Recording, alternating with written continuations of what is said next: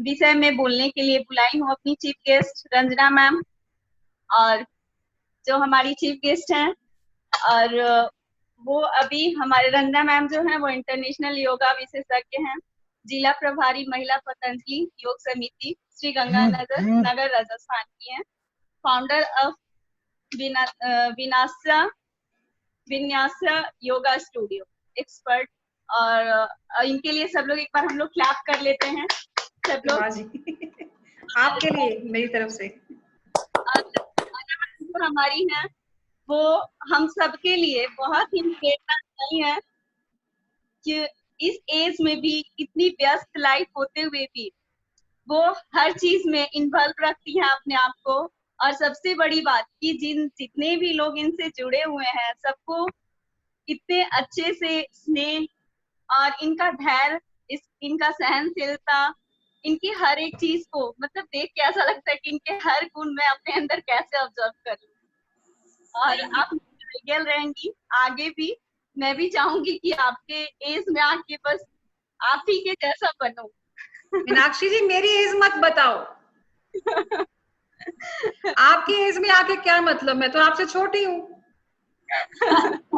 यही चीज आपकी सबसे अच्छी लगती है, मुझे यही चीज सबसे अच्छी लगती है। और मैं आपसे बहुत ज्यादा प्रेरित हूँ, बहुत ज्यादा। मतलब मैं आगे जाके आप ही के मार्गदर्शन पे चलना चाहूंगी, है ना। तो मैम आज हमारे बहुत सारे से योग साधक जुड़े हुए हैं, जो लोग मेरे से बहुत ऐसे लोग जुड़े हैं जो मेरे से डेली योगा भी करते हैं, और कुछ ऐसे भी जुड़े हैं जो 1.5 या 2 साल से कंटिन्यू कर रहे हैं। और बहुतों को बहुत सारा बेनिफिट भी है, लेकिन कुछ लोगों के स्पेशली रिक्वेस्ट पे कि मैम जैसे हम लोगों को बहुत लोगों को होता है कि पेशेंस नहीं होती है, धैर्य नहीं होती है अंदर, बस योगा स्टार्ट किए और तुरंत से उन लोगों को रिजल्ट चाहिए। तो इसीलिए मैंने आपको इनवाइट किया है ताकि आप आज अपने कुछ शब्दों से सबको प्रेरित कर सके और सबको कुछ अच्छा बता सके, सबका मार्गदर्शन कर सके। जी धन्यवाद मैम। अभी हम लोग रंजना मैम को सुनेंगे। हाँ पहले रमा जी कुछ बोलने वाली थी ना हार्मोनल्स के ऊपर के, पहले मेरे को बोलना है। पहले आप अपना परिचय आप बोलिए। जी मैम आप पहले बोलिए। रमा जी कुछ कह रही हैं, रमा जी को एक बार सुन लेते हैं। रमा जी बोल रही हूँ, आपका परिचय पहले हुआ है, आपको संबोधित करके बोल दिया गया है, आप एक्सप्लेन कीजिए। ओके ठीक है। चलो ये सरप्राइज हो गया मेरे लिए। मैंने सोची थी मैं तो अभी आधा घंटा आराम है, अभी तो मैं रमा जी को सुनूंगी और फिर रमा जी की बातें चुरा के आगे बोल दूंगी। मैम आप 10 मिनट 5 मिनट जितना बोल सकते बस इतना ही। और अरे बोलने के बाद मैं नेता बन जाती हूँ। कह दीजिए रश्मि जी, अभी जब बोलेंगे तो फिर बोलते जाएंगे, 10 मिनट 15 मिनट नहीं। दीदी इसीलिए मैं आपको ये रंजना मैम के बाद का टाइमिंग दी हूँ कि आपको चलेगा। चलिए कोई बात नहीं, ठीक है, मजाक की बात है, क्योंकि हमें एक माहौल जो है आज हम क्योंकि स्ट्रेस पे ही बात करने वाले हैं, तो माहौल को भी थोड़ा सा लाइट करना चाहिए उसमें, तो इसलिए थोड़ा मस्ती भी कर लेते हैं, तो बढ़िया है। और गाना कौन अच्छा गा सकता है, किसकी सिंगिंग अच्छी है? भाई मेरी तो नहीं है, लेकिन किसी की सिंगिंग अच्छी है तो अपना माइक एक बार ऑन कर ले कोई भी। हाँ जी प्लीज एक बार अपना माइक आप ऑन कर लीजिए जिसकी सिंगिंग अच्छी है, जो थोड़ा सा लाइनें दो बोल सकता है। रमा जी रश्मि जी की अच्छी है। रश्मि जी की अच्छी है। चलो रश्मि जी आप अपना माइक ऑन करो, एक गाना गाते हैं पहले, ठीक है? कहाँ हो रश्मि जी? ठीक है ऑन है आपका माइक, तो एक गाना गा लेते हैं पहले, फिर अपना कार्यक्रम हम शुरू। सोमवीर सर भी कई बार गाना सुनाते हैं ना, तो उनसे प्रेरित होकर मैंने भी कुछ सीखा है कि चलो आज मेरे अभी 2 मिनट पहले ही दिमाग में आया, पहले नहीं था ये बात, लेकिन 2 मिनट पहले ही मेरे मन में आई कि एक गाने से शुरू किया जाए। तो गाना गाते हैं। सीने में जलन आंखों में, ये आता नहीं है मुझे गाना, आप लोग गाइए। वो गाना है ना, सीने में जलन आंखों में एक तूफान सा है ना, वो गाना है, वो आप लोग गाइए, मैं थोड़ा थोड़ा पीछे पीछे, क्योंकि मेरी सिंगिंग बहुत बेकार है। हमारी अर्चना जी है नहीं, वरना बड़ा अच्छा गाती है वो भी। सीने में जलन आंखों में तूफान सा क्यों है, इस शहर में हर शख्स परेशान सा क्यों है। सीने में जलन। बहुत बढ़िया। चलिए ये देखिए गाना जो था ये मुझे एकदम अभी 2 मिनट पहले ही दिमाग में मेरे आया, मैं गुनगुनाने के मूड में थी, लेकिन परमात्मा अभी देगा मुझे ये भी शक्ति देगा, मैं भी किसी दिन गाऊंगी, सीखूंगी। अभी कोई टीचर मिला नहीं ना, इसलिए अभी तक योगा टीचर मिल गए तो इसलिए योग सीख लिया। तो तनाव की बात हम करते हैं और तनाव प्रबंधन की बात भी हम करेंगे कि तनाव पहले जान लेते हैं कि क्या चीज है। जब हम कोई भी काम किसी दबाव में करते हैं वो तनाव कहलाता है। जब दबाव किसी भी चीज के ऊपर अगर आप उसको दबाव दे देंगे, मान लो आपने कोई भी चीज है, लोहे की चीज है, पीतल की चीज है, उसके ऊपर आप भारी चीज रख दीजिए तो उसके ऊपर एक डेंट पड़ जाता है ना, तो वो डेंट जो पड़ता है मतलब उसकी शक्ल को वो बिगाड़ देता है, ठीक है। तो वो तनाव कह सकते हैं, दबाव को तनाव कह सकते हैं। और आज देखो तो हर व्यक्ति तनाव कभी ना कभी हमारे जीवन में आता ही है, ऐसा कोई भी नहीं कह सकता कि हमें तनाव नहीं था। लेकिन बात वहां पर आती है, तनाव तो आया लेकिन आपने उस टाइम को कैसे निकाला। जीवन में बहुत सारे उतार चढ़ाव हमारे होते हैं, बहुत सारे ऐसे पल आते हैं जब हमें लगता है कि नहीं ये तो बस मेरे साथ ही हुआ है, किसी और के साथ ऐसा होता तो उसको पता चलता, भी कहना बहुत आसान है। ऐसे बहुत सारे पल आते हैं, लेकिन जो तनाव चीज है, जो इस चीज को जीत जाता है फिर वो जिंदगी को भी जीत जाता है। फिर अब आगे सफलता, जो हार जाता है फिर अब देखो आजकल कितने लोग वो सुसाइड भी अपने सुन रहे हैं कि इसने सुसाइड कर लिया, उसने सुसाइड कर लिया, और फिर कहते हैं जी आजकल का तो माहौल ही ऐसा है, आज तो हर बंदा स्ट्रेस में जी रहा है। किसी बच्चे से बात करो ना कि बच्चा बोलता मुझे तंग मत करो, मेरे को पहले ही बहुत स्ट्रेस है। मतलब बच्चे को भी पता है कि तनाव ये चीज है। और फिर तनाव मतलब उसके अगर हम सिम्टम की बात करें, जो अभी हमने गाना सुनाया था, सीने में जलन है, जो भी गाना था अभी फिर मैं वर्ड उसके भूल गई हूँ, सीने में जलन आंखों में तूफान सा क्यों है ना, तो वो सिम्टम है ये आपके तनाव के। और तनाव जब आता है आपके साथ गिफ्ट में एंजाइटी और डिप्रेशन, जिसको नए नए नाम है ना, ये तो सब नाम चेंज होते रहे हैं, कि ये आपके आते हैं सिम्टम साथ में। अगर हम बात करें बहुत पुरानी की तनाव सिर्फ आज ही आया है, ऐसा नहीं है, तनाव तो हर युग में रहा है और हर युग में, लेकिन उनको प्रबंधन करना आता था। अगर हम गीता की बात करें तो गीता में भी जब अर्जुन जब युद्ध के लिए जाते हैं तो वो पहले तो बड़े एकदम तैयार कि मुझे तो ऐसे युद्ध करना है, मुझे जीतना है, मुझे बदला लेना है, मुझे सब कुछ सही करना है। तो वो जाते हैं तो वो कहते हैं कि कृष्ण जी को बोलते हैं कि आप मेरे जो रथ को बिल्कुल मिडल में लेके जाइए युद्ध भूमि के, ताकि मैं देखूं ऐसा कौन है जो मेरे सामने, मेरे ऐसे कौन से रिश्तेदार हैं जो मेरे खिलाफ खड़े हैं, मैं उनको देखना चाहता हूँ। तो वो जब उनको मिडल में लेके गए तो सामने देखा तो उनके बहुत अपने ही रिश्तेदार, तो वो एकदम से उनको तनाव जिसको कहते हैं ना, कहते हैं मेरे हाथ कांप रहे हैं, धनुष मेरे हाथ से गिरा जा रहा है, मेरा गला सूख रहा है, और वो दम से नीचे अपने रथ पर बैठ जाते हैं, क्योंकि उनको सामने जो उनके अपने परिवार थे, उनके प्रति राग था, उनके प्रति मोह था, तो इसलिए उनके अंदर ऐसी हलचल हुई कि मैं इनसे कैसे युद्ध लड़ सकता हूं, मैं उनसे बिना युद्ध करे ही पराजय अपनी मान लेता हूं। लेकिन वो कर्म भूमि थी। तो भगवान श्री कृष्ण उनको कहते हैं कि आप अपने मन को समझाइए, आप अपने जो फर्ज हैं, जो आपका कर्म है उसको याद कीजिए। तो फिर अर्जुन बोलते हैं कि मेरा मन तो भागता चला जा रहा है, भागता चला जा रहा है, मन तो रुक ही नहीं रहा। तो फिर भगवान श्री कृष्ण ने एक बहुत अच्छी बात बताई कि आप इसको अपने मन को कैसे पकड़ सकते हैं।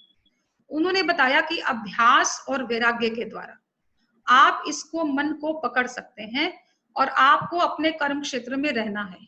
कहने का भाव ये है कि ये भी एक सिम्टम थे, तनाव तभी भी था, तनाव आज भी है। तो अगर हम बात करें कि तनाव से कैसे निपटना है, बहुत सारी स्थितियां सबकी अलग अलग होती हैं। हम जीवन में बहुत कुछ हासिल करना चाहते हैं, कई बार हमें लगता है कि हम इस चीज के हकदार थे, वो हमें नहीं मिली। कई बार ऐसा आता है कि हम मेहनत हम करते हैं, फल किसी और को मिल जाता है। बहुत सारी सिचुएशंस आती हैं।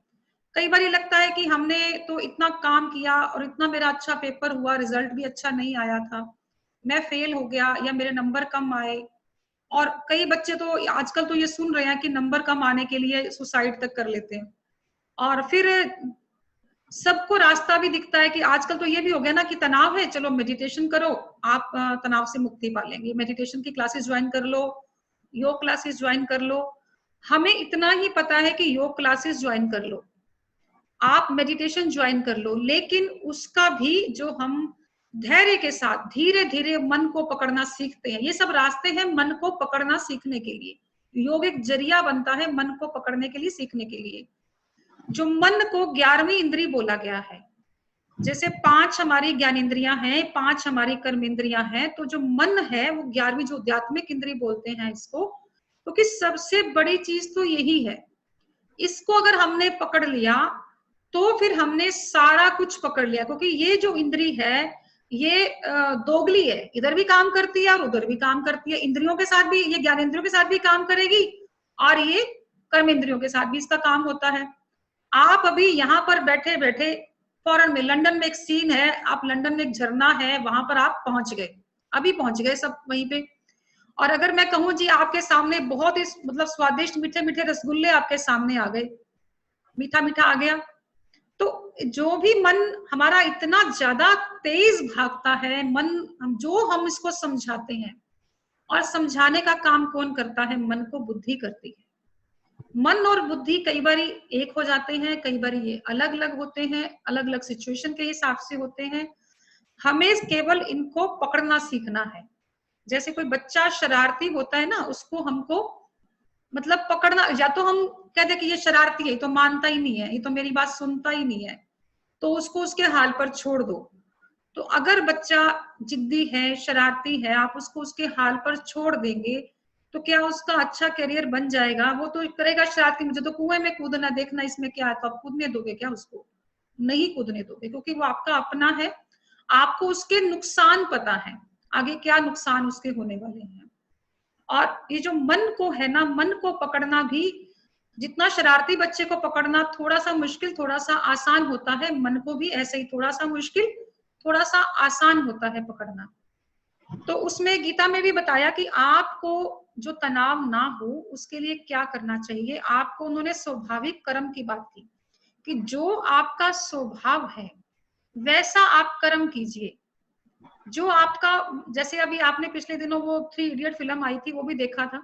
बच्चे जो पेरेंट्स होते हैं कहते हैं जी ये आपको टॉपिक में पढ़ाई करनी है, ऐसा करना, आपको यही बनना है, आपको जीवन में यही करना है, और हम उनके ऊपर दबाव बनाते हैं और फिर वो अपना जीवन अपने हिसाब से उनका जीवन चलाने की कोशिश करते हैं उनको।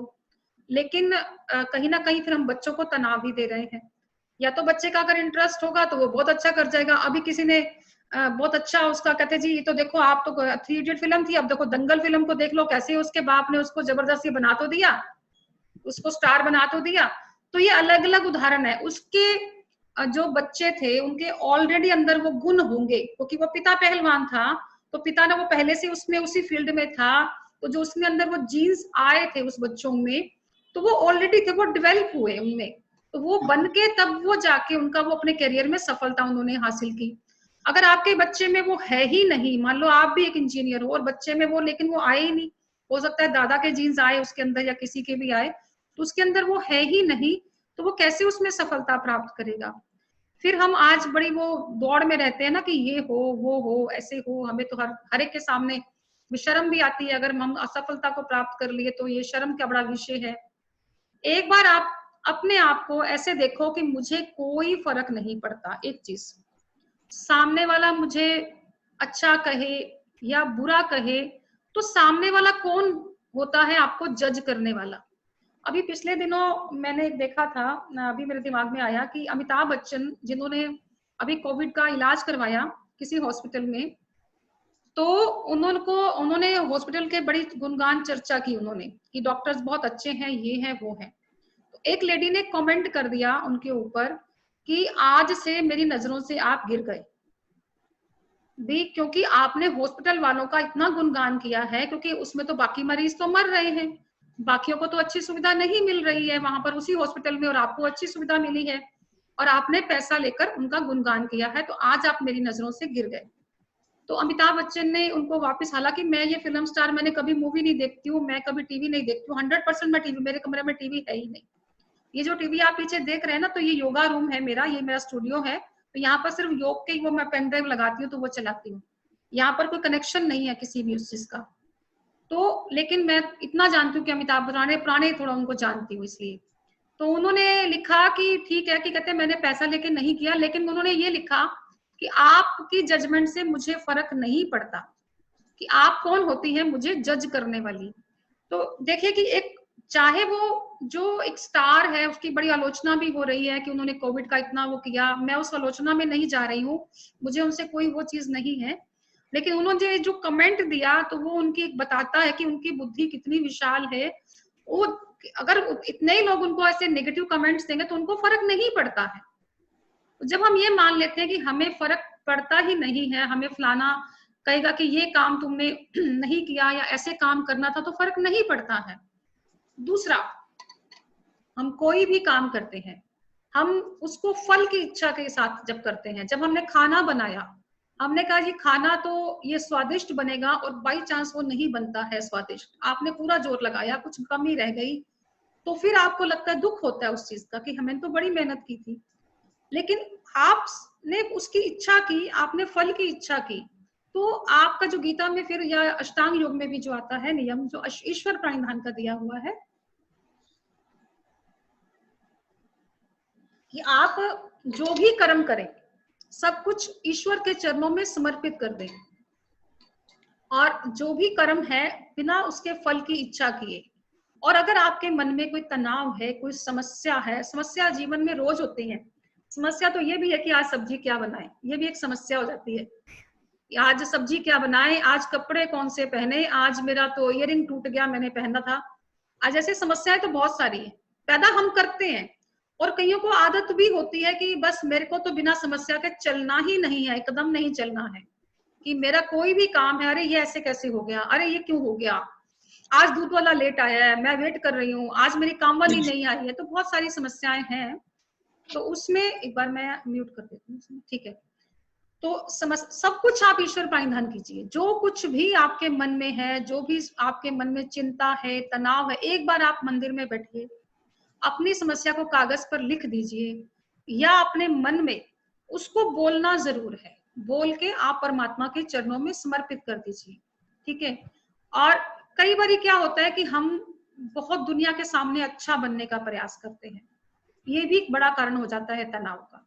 हमें लगता है कि सिर्फ तनाव वही है जो सामने दिख रहे हैं, लेकिन हमें कई बार लगता है जी परिवार में हमें बहुत अच्छे से रहना है, हमें दुनिया बहुत अच्छा अच्छा कहे, हमारी तारीफ करे, कहीं ये ना कह दे जी ये ऐसी है, ये एम है, जो भी भाषा हम बोलते हैं, तो उसमें हमें फिर वो तनाव, हम अच्छा बनने के चक्कर में क्या करते हैं, बहुत सारे सेक्रीफाइसेस करते हैं अपने लाइफ में, बहुत सारा हम त्याग जिसको कहते हैं ना वो करते रहते हैं।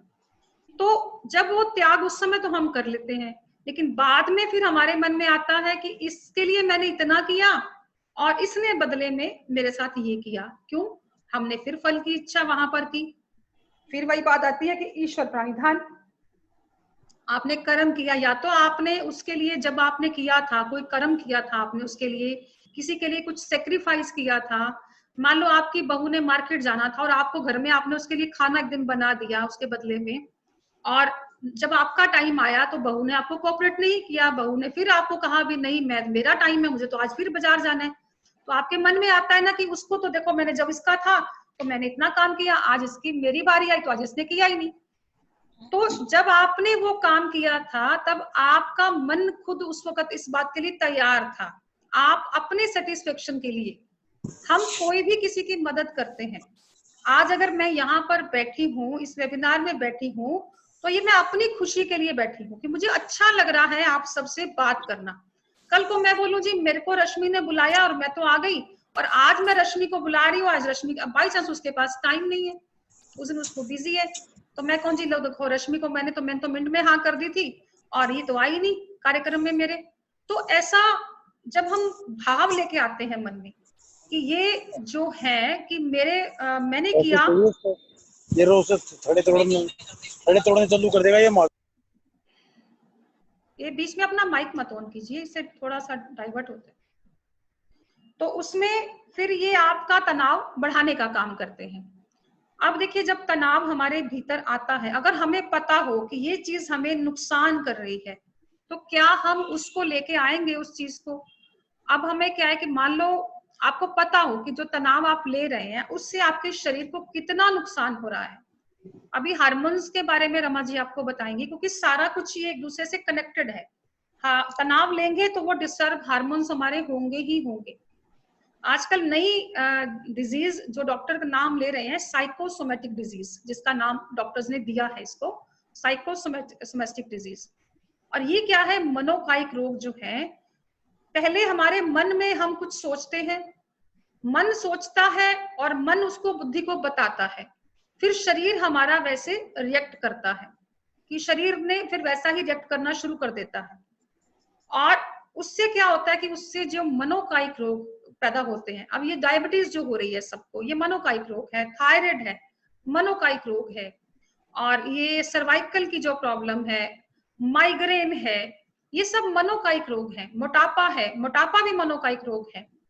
तो इसको भी हम अपने आप को ठीक करके, अपने पहले मन को मजबूत करके, हम क्या है ना, उम्मीदें बहुत रखते हैं, उम्मीद हमारा सबसे ज्यादा काम खराब करती है। योग करने गए तो जी पहले पूछते हैं कितने दिन में हम ठीक हो जाएंगे, कितने टाइम लगेगा हमारा मोटापा कम होने में, कितना टाइम लगेगा हमारा सिर दर्द ठीक होने में। यही पहले पूछना बंद करो। आप आओ, भाव के साथ आओ, योग करो, भाव के साथ करो, और अपना खुश जो भी काम करो उसमें खुश होके, उसको पूरी तरह से समर्पित होके, और फिर फल की इच्छा किए बगैर। फल तो मिलना ही है, और वो फल तो मिलेगा ही मिलेगा अगर आपने भाव के साथ काम किया। बहुत बार ऐसा होता है कि हम किसी को समझाते हैं कि ये वो करिए, आपको ये फायदा होगा। ये तो खैर अब आजकल तो खैर सभी कॉन्शियस है, लेकिन एक समय ऐसा भी था, जो मेरे साथी बैठे वो जानते होंगे, आज से 18-20 साल पहले हम घरों को नॉक करते थे कि प्लीज आप योग करने आइए, यहाँ पर मंदिर में फ्री में क्लास लग रही है, आपको ये फायदा होगा, आपको ये 2 दिन चलो आके देख लेते हैं। और आज भी बहुत सारे लोग बोलते हैं चलो करके देख लेते हैं। ये जो देख लेने का भाव आता है ना हमारे मन में कि देख लेते हैं, मतलब आपको विश्वास नहीं है, आपको शक है अभी इस चीज के ऊपर, अभी आप उसके ऊपर विश्वास नहीं करते हैं।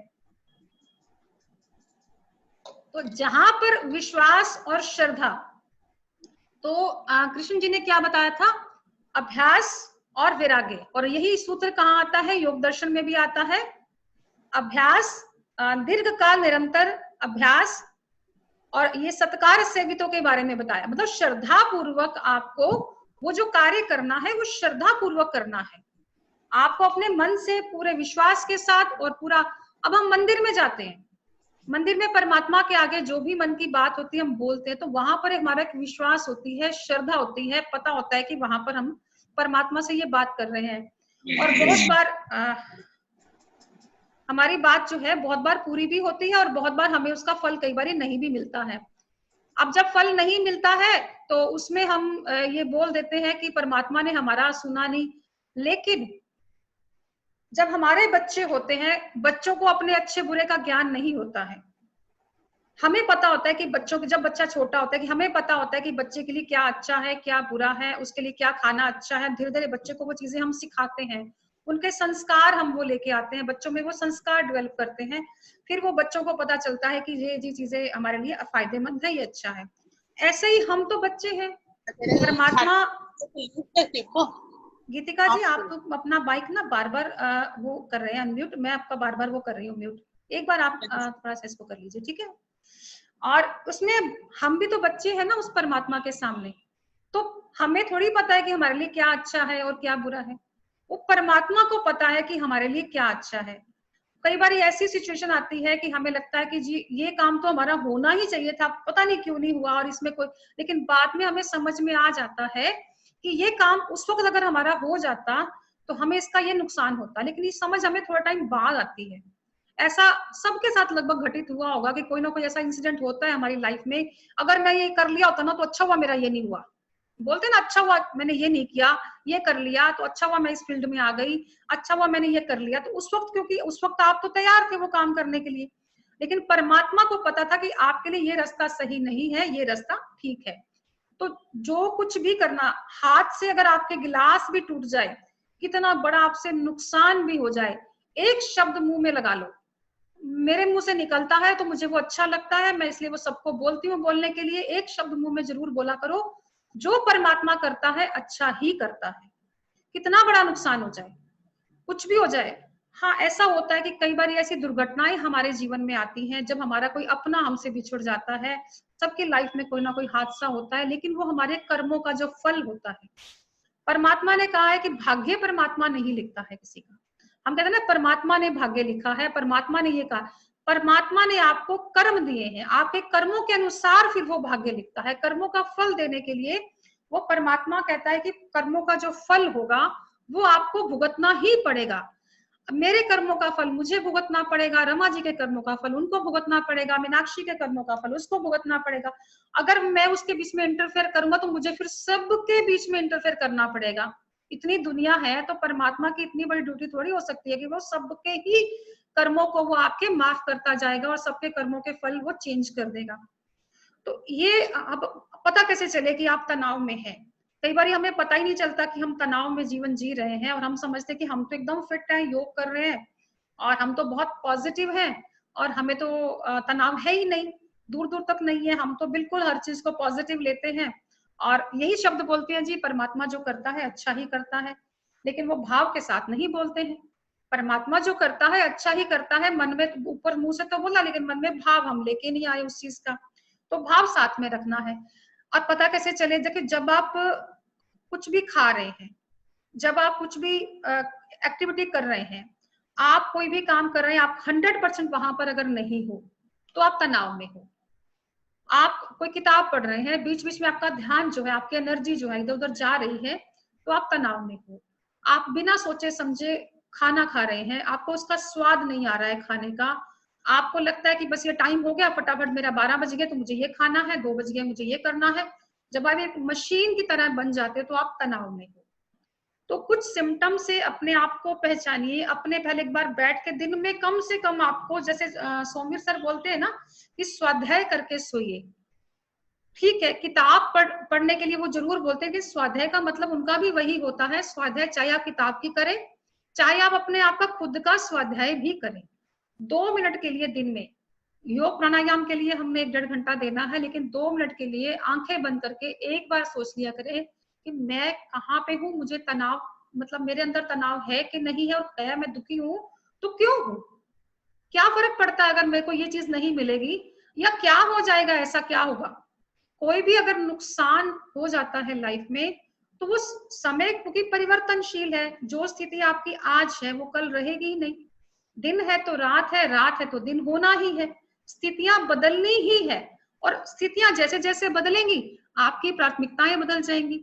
अब आप देखिए बचपन में आपके टेस्ट कैसे होते थे, आपको क्या क्या अच्छा लगता था खाने को, आपके टेस्ट अलग थे, आपके शौक अलग थे, आपकी जरूरतें अलग थी। तो समय बदला तो आपके टेस्ट अलग हुए, आपकी जरूरतें अलग हो गई, आपके जीवन के लक्ष्य बदल गए।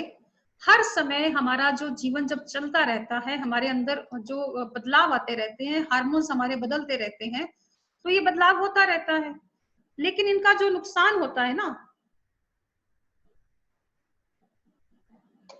तनाव जब हम पैदा कर लेते हैं अननेसेसरली, कई बार वैसी सिचुएशंस क्रिएट करते रहते हैं, बहुत उम्मीदें रखते हैं सामने वाले से। बहुत अब शॉर्ट में सिर्फ 5 मिनट में अपनी बात में खत्म करूंगी क्योंकि समय का भी हमें ध्यान रखना है कि जब हम सामने वाले से बहुत उम्मीदें रखते हैं कि सामने वाला मेरे लिए ये करे और मैंने इसके लिए ये किया, एक बात सोच लो, आपको उसके लिए, जब हम कहते हैं ना इसके लिए हमने ये काम करना है तो शायद कभी ये मेरे लिए बदले में, तो वो काम करना ही छोड़ दो। जो भी काम करो आप अपने सेटिस्फेक्शन के लिए करते हो। अगर खाना आप घर में बनाते हो, 15 जनों का खाना बनाते हो, चाहे आप 5 जनों का, चाहे 2 जनों का, मन में भाव ये रखो कि आपको खुशी मिल रही है ना खाना बनाने की, तो आप खाना बना रहे हो। अगर आपको खुशी नहीं मिल रही है तो खाना बनाना छोड़ दो। आप 2 दिन करके देखो। ऐसा कोई आपके करने से ऐसा नहीं है कि आप ही सर्वे सर्वा हो और आपके बलबूते पे ही पूरा संसार चल रहा है, क्योंकि आप तो स्थायी हो ही नहीं। आपने तो अपने जीवन से, कितना जीवन है आपका, आज है मेरा कल नहीं है। तो मेरे भरोसे, मैं जी मेरे ही भरोसे ये सब कुछ चल रहा है। अगर मैं 2 दिन ना करूं तो इनको पता चल जाए, तो करके वो देख लो, क्योंकि आपके भरोसे कुछ भी नहीं चल रहा। अगर आप खाना नहीं बनाएंगे, आप कोई ऐसा काम है जो जिसके ऊपर उनकी डिपेंडेंसी है आपके ऊपर, नहीं करेंगे, तो ऐसा कुछ नहीं होने वाला है कि उनकी जिंदगी थोड़ी बदलेगी जरूर, लेकिन बाद में उनको उनकी आदत पड़ जाएगी। तो हम सब कुछ अपने सेटिस्फेक्शन के लिए करते हैं, अपनी संतुष्टि के लिए करते हैं। तो पहले तो दूसरे से, किसी से उम्मीद करना छोड़ दो। दूसरा, कभी भी ऐसा कोई जीवन में फेलियर आता है आपके आगे, कोई ऐसी सिचुएशन आती है कि आप फेल हो रहे हो, आपने वजन कम करने की कोशिश भी की लेकिन आपका वजन कम हुआ नहीं, आपने कोई परीक्षा देने की कोशिश की, वो पास हुए नहीं, तो आप पहले अपने आप को निहारो। आप एक बहुत ही सुंदर आत्मा हो, आप एक बहुत ही सुंदर व्यक्तित्व हो, जिस भी रूप में हो, मोटे हो, पतले हो, बाल झड़ रहे हैं, कैसे हैं, आप बहुत एक सुंदर क्रिएशन हो। अपने पांव की उंगलियों को देखो, 10 पूरी है, हाँ पूरी है। 2 टांगे हैं, वो हैं। 2 हाथ है, वो है। उंगलियां 10 हैं, कर्म करने के लिए हैं। कोई कमी नहीं रखी भगवान ने, कुछ कमी नहीं करी। तो आपका जो शरीर है वो संपूर्ण है, तो कोई कमी नहीं है। ये जो कमी आप बना रहे हो, ये वक्त के साथ सब में ही आनी है। जैसे जैसे उम्र बढ़ेगी, हर एक में चेंजेस आने ही है। और आप अपने आप एक सुंदर रूप हो। परमात्मा ने आपको ये सुंदर मनुष्य का जो शरीर दिया है, इसको व्यर्थ नहीं जाने देना। जरूर कोई ना कोई उद्देश्य होता है जब हमारा जन्म होता है, क्योंकि परमात्मा, आपसे पहले भी बहुत सारे लोग पैदा हुए इस धरती पर, और आपके बाद भी बहुत सारे लोग पैदा होंगे। आप अकेले ऐसा नहीं हो कि आपके ही बलबूते पे दुनिया चल रही है, लेकिन हर आत्मा जो आती है संसार में, जरूर उसके पीछे परमात्मा का कोई ना कोई उसको कर्म करने का उद्देश्य दिया होता है, चाहे वो उद्देश्य कैसा भी हो। मान लो आपके बच्चे हैं, तो बच्चों का जो पालन पोषण का उनको एक उद्देश्य जो उनको बनाना था, जो बच्चों ने कर्म करना था, उसके पीछे वो आपका हाथ होना था। मान लो घर में किसी का भी, आपकी लाइफ में कोई भी ऐसा पर्सन है जिसकी लाइफ में चेंज होता है, वो आपकी वजह से होता है, तो वो आपके जीवन का उद्देश्य होना था। तो ये कुछ कारण, ये कुछ तरीके हैं जिससे आप तनाव प्रबंधन बहुत सारे तरीकों से किया जा सकता है। आप अच्छा म्यूजिक सुन सकते हो, और योग मेडिटेशन में तो बहुत अच्छा है, क्योंकि इसमें अभी रमा जी बताएंगे सारे आपको हार्मोन्स के बारे में, कि हम कैसे ये सब मन जो होता है, हम इसको अपने कैसे अपने वश में करते हैं, क्योंकि मेन हमें अपने मन को ही वश में करना है। एक ही इसका गुण मंत्र है कि मन को वश में करेंगे तो ही हम मन को बता पाएंगे कि ये अच्छा है, ये बुरा है। मन वश में नहीं करते हम, और तो सारा तनाव प्रबंधन आपके मन से ही होगा। ये जो मन की इंद्री है, इसको पकड़ना है। और योग और प्राणायाम और ये जो मेडिटेशन है, ये एक माध्यम बनता है, एक आपका रास्ता बनता है, सीढ़ी है उसको पकड़ने की। तनाव जिनको होता है, कितना नुकसान वो अपने शरीर का करते हैं। जब हमें गुस्सा आता है, हमारी सांस बहुत तेज तेज चलती है, शरीर में हमारे एकदम ब्लड प्रेशर बढ़ जाता है। ये ब्लड प्रेशर का रोग भी एक मनोकायिक रोग है। हमारे अंदर जो ये पेनक्रियाज हमारी काम करना बंद कर देती है टेंशन स्ट्रेस के मारे। और हमारे जो से वो कहते हैं ना, अभी जो गाना हमने सुना था कि ये जो एसिडिटी हमारे बढ़ती है शरीर के अंदर, तो इतना हमें, जो चीज हमें इतना नुकसान कर रही है, जिस चीज से हमें इतने नुकसान हो रहे हैं, हमारा हार्मोन सारे इम्बैलेंस हो रहे हैं उससे। जब हम स्ट्रेस में होते हैं, टी कार्टिसोल नाम के जो हार्मोन्स होते हैं वो रिलीज होते हैं, जो हमारे जो उसको जो कम हो जाते हैं, जिससे हमारा क्या होता है कि रोग प्रतिरोधक क्षमता भी कम हो जाती है हमारा डाइजेस्टिव सिस्टम उससे भी इन्वॉल्व हो जाता है। अगर आप तनाव में होगे, आपका पेट खराब हो जाता है। पेट खराब होते ही आप मतलब आपका सारा गड़बड़ मामला हो जाता है। धीरे धीरे सारे हार्मोन्स, धीरे धीरे सारे आपके जो जितने भी आपके एंजाइम्स हैं वो सब खराब हो जाते हैं, सब आपका गड़बड़ हो जाता है मामला। तो ये जो रोग पैदा करता है तनाव, इतना बड़ा मतलब तनाव के कारण अगर आप इतने सारे रोगों को आमंत्रित कर रहे हैं, इतनी मतलब अगर ये चीज है, तो आप उसको आमंत्रण मत दें। आपको सिर्फ और सिर्फ करना क्या है, सिर्फ और सिर्फ अपने मन को क्योंकि मन जो होता है वो जो बाहर की चीजें है ना, मन बताता है बुद्धि को, और बुद्धि कहती है शरीर में ये करने लग जाओ। अगर आपको जैसे जो कुछ भी हो रहा है, गर्मी लग रही है, ठंड लग रही है, तो मन बता रहा है आपको। कई बार ऐसे होता है कि आपको पता ही नहीं चलता कि आप कहाँ पर बैठे और आपका हाथ किसी ऐसी जगह पर, अरे ये कीड़ा था, मुझे पता ही नहीं चला। जब तक आपने देखा नहीं, जब तक आपने जाना नहीं, आपको बुद्धि को पता ही नहीं कि आपने इतनी गलत चीज के ऊपर बैठे हुए। तो ये सारा कुछ जो होता है मन से हम अब इसको कंट्रोल कर सकते हैं। तो मैं रश्मि जी का बहुत बहुत थैंक यू बोलती हूँ। और अगली बार वेबिनार 2 घंटे का रखना, क्योंकि मेरे अंदर वो नेता आ जाता है तो फिर मुझे बोलते रहना पड़ता है। आप अपना माइक थोड़ा अनम्यूट कर लीजिए, तो मुझे यहाँ पर विश्राम देना पड़ेगा, क्योंकि जो आगे का जो कनेक्शन है हार्मोन्स का है तनाव के साथ, तो वो आपको रमा जी बेटर बता पाएंगी, उन पे अच्छी पकड़ है उनकी। बहुत बहुत धन्यवाद आपका। अभी मैं रमा दी को इनवाइट कर रही हूँ, जो हमारी योगा वेलनेस इंस्ट्रक्टर हैं, और रमा दी गुजरात बड़ौदा से हैं। बहुत बहुत धन्यवाद। हम लोगों को बताएंगी हार्मोनल इम्बैलेंस के बारे में, और हमारे टमी फैट जो है उसके बारे में भी कुछ बताएंगे, क्योंकि लेडीज की सबसे बड़ी समस्या भी यही होती है। पहले तो भारतीय परिवार का धन्यवाद करना चाहूंगी, साथ में आपका भी रश्मि जी की आपने स्लाइड समझा कि मैं कुछ शब्द अपने कह पाऊँ। वैसे इतना अनुभवी नहीं हूँ, ना ही मैं साइंस की स्टूडेंट हूँ, पहले इसको क्लियर करना चाहूंगी। बट हाँ, जब से योग में जुड़ी हूँ तो हार्मोन्स को खेल खेल में कैसे जोड़ा है तनाव के साथ, वो मैं एक्सप्लेन अपने शब्दों में करना चाहूंगी कि सारी कहानी क्या है। ज्यादा रसायनों में, केमिकल में घुसने की जरूरत नहीं है, और ज्यादा स्ट्रेस लेने की जरूरत नहीं है, क्योंकि 230 आपके हार्मोन्स हैं। तो कौन कब तक उन नाम को टेस्ट करवा के उन टेस्टों को पढ़ेगा। तो सबसे पहले गीता का एक श्लोक है 6ठे अध्याय का 17वां श्लोक, उसको मैं बोलना चाहूंगी, और सारा सार उसमें है। फिर हमारे के पतंजलि युक्त आहार विहारस्य युक्त चेष्टस्य कर्मसु युक्त स्वप्न बोधस्य योगो भक्ति दुखा। मतलब इस श्लोक में भगवान जी ने इतनी अच्छी बात कही है कि जो संतुलित जीवन जीता है, संतुलन मतलब संतुलित भोजन करता है, संतुलित आहार करता है, संतुलित आहार विहार करता है, संतुलित विश्राम करता है, और संतुलित अपना परिश्रम करता है, तो वह जीवन में दुख भोग ही नहीं सकता। वह योगी जीवन में दुख नहीं भोग सकता, सीधा सा फंडा है। और अभी जो हम सब लोगों की जो दिनचर्या हो रखी है, सबकी उथल पुथल हो रखी है। दिन के वक्त सोते हैं, रात के वक्त जागते हैं, सबका यही है। सूर्य नाड़ी को हम रात में एक्टिव रखे हुए हैं, और चंद्र नाड़ी को हमने दिन में एक्टिव रखा हुआ है। तो अंदर की उथल पुथल हमने प्रकृति के साथ ही छेड़छाड़ नहीं की हुई है, अपने शारीरिक इंटरनल ऑर्गन के साथ भी हमने छेड़छाड़ की हुई है। तो सारी बीमारियों की जड़ वहीं से ही हमारी खुद की देन है। रही बात आती है स्ट्रेस की, स्ट्रेस तो हम देखो अपनी छोटी छोटी चीजों का लेने लगता है। नहीं, पहले हार्मोन से शुरू करते हैं कि हार्मोन्स की कहानी क्या है। हार्मोन्स को सीधे साधे शब्दों में मैंने तो डाकिये का नाम दिया है कि ये डाकिये हैं जो हमारी फिजिकल और मेंटल एक्टिविटी को कोरिलेट करते हैं, जोड़ते हैं कि मैसेज आया, वो चीज हमें करनी है। लेकिन मैसेज तो बनते नहीं देंगे और हम वो चीज कर नहीं रहे हैं, तो फिर वो जो ग्रंथियां हैं, बिना ग्रंथियों के हार्मोन्स का भी जिक्र करना बेकार है। पड़ोसी से पता पूछने जाओगे तो पहले पड़ोसी को भी नमस्ते करोगे, ये जरूरी है। अब हार्मोन्स पे जा रहे हो तो आप ग्रंथियों के बारे में भी हमारी जानेंगे।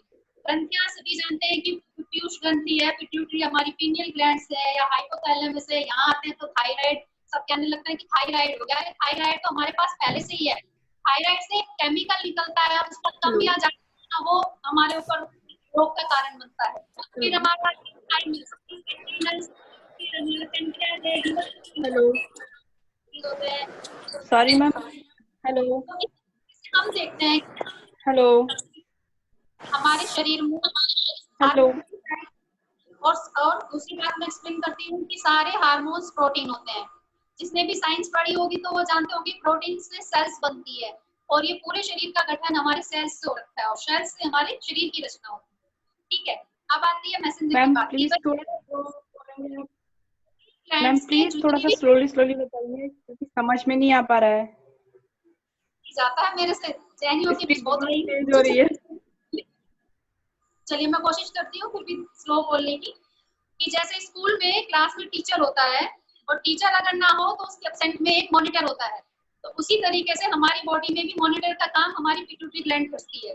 पिट्यूटरी ग्लैंड से भी जितने हार्मोन्स सिक्रेट होते हैं वो हमारी बाकी की ग्लैंड्स में पूरा वर्क करते हैं कि भाई हाँ तू अपना काम कर, तू अपना काम कर, तुझे ये करना है, ये करना है। हम मैसेज उसने भेज दिया, कमांड अपनी करनी शुरू कर दी, लेकिन हमारा ध्यान कहीं और है। वो हमारे मन की वजह से हमारे हार्मोन्स डिस्टर्ब हो रहे हैं।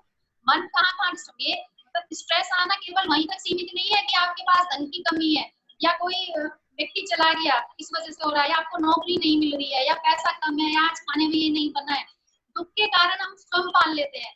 आप कीर्तन में जा रहे हैं, प्रसाद बटा, आपने जो आपके हाथ में आया वो प्रसाद तो देखा ही देखा, दूसरे व्यक्ति के हाथ में क्या प्रसाद गया उसको देख के आपने स्ट्रेस ले लिया कि मेरे हाथ में तो आधा कटा हुआ केला ही आया, दूसरे के में तो पेड़ा भी आ गया, ले लिया स्ट्रेस। तो मुन्ना भाई एमबीबीएस में जैसे उन्होंने बोला है कि केमिकल लोचा हम घड़ी घड़ी कर लेते हैं अपने साथ, तो केमिकल डिस्टर्ब आपके हम हमारी सोच से करते हैं। ठीक है, इनका इलाज हमारे पतंजलि बाबा ने बताए हुए हैं, चित्त प्रसादन के उपाय, उनका आप फॉलो करें तो आपका चित्त प्रसन्न रहेगा। उसके लिए भी मैंने 2 लाइन बनाई हुई है, मैं बताना चाहूंगी कि जैसा मूड हो वैसा मंजर होता है, मौसम तो इंसान के अंदर होता है। तो आप अपने मूड को अच्छा करके रखें तो आपके हार्मोन्स बैलेंस ही रहेंगे। आप नियमित जीवन शैली जिए, आप टाइम पे सोए, जब आपको सोने का मैसेज आ रहा है तो प्लीज आप सोएं, जब आपको भूख लग रही है तो आप खाना खाएं, खाना चबा चबा के खाएं। पूरे 32 दांत दिए हैं, आंत 2 दी है, लेकिन हम खाना सकते हैं और आंतों का काम चबाने का दे देते हैं। जब दांत काम नहीं कर रहे तो वो आंतों को करना पड़ रहा है, वहां मेहनत आंतों को करनी पड़ रही है हमारी, तो वो चीज ना करें।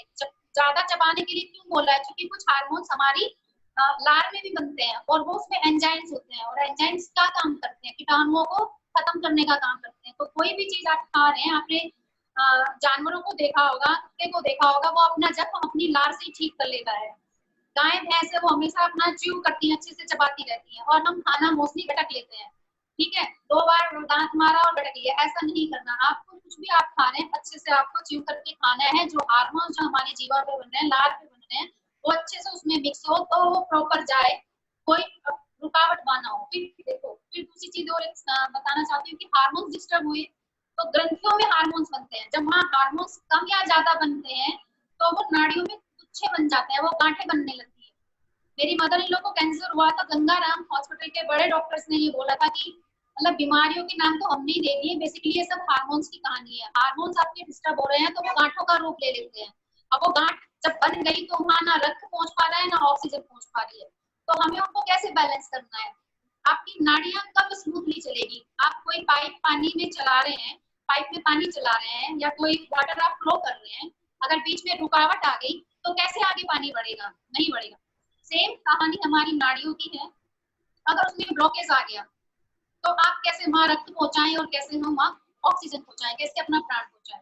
तो जब वहां ऑक्सीजन नहीं पहुंच रही, वहां ब्लड नहीं पहुंच रहा है, तो वहां रोग उत्पन्न होंगे, गंदगी होगी। वो गांठ के रूप में भी हो सकती है, वो आपके बालों के झड़ने के रूप में भी हो सकती है, नाखून टूटने में भी हो सकती है, आपको अनिद्रा भी हो सकती है, आपका डाइजेशन सिस्टम गड़बड़ हो सकता है, आपको मेंस्ट्रुएशन की प्रॉब्लम, पीसीओडी की प्रॉब्लम, अनेक प्रॉब्लम है। देखो मतलब ऊपर वाले ने जो हमारी शारीरिक रचना की है वो सोच समझ के की हुई है, और शरीर का एक एक अंग एक दूसरे से कोरिलेट है, एक दूसरे से जुड़ा हुआ अपना वर्क करता है। थायराइड ग्लैंड से हमारे मतलब कैल्शियम बनती है, वो सीधा हमारे ब्लड में भी कैल्शियम पहुंचाता है, हमारी हड्डियों में कैल्शियम पहुंचाता है। एड्रिनल ग्लैंड से उसको हमारा 3F से उसको हम संबोधित करते हैं कि फाइट, फियर और फ्लाई। आपका अचानक से डर जाना या फिर सामना करना या उसको कैसे आपको मैनेज करना है, ये हमारी एड्रिनल ग्लैंड्स पे इसका इफेक्ट पड़ता है। पैनक्रियास से आप सभी संबंधित है कि सभी जानते हैं कि वो हमारे मधुमेह से संबंधित है।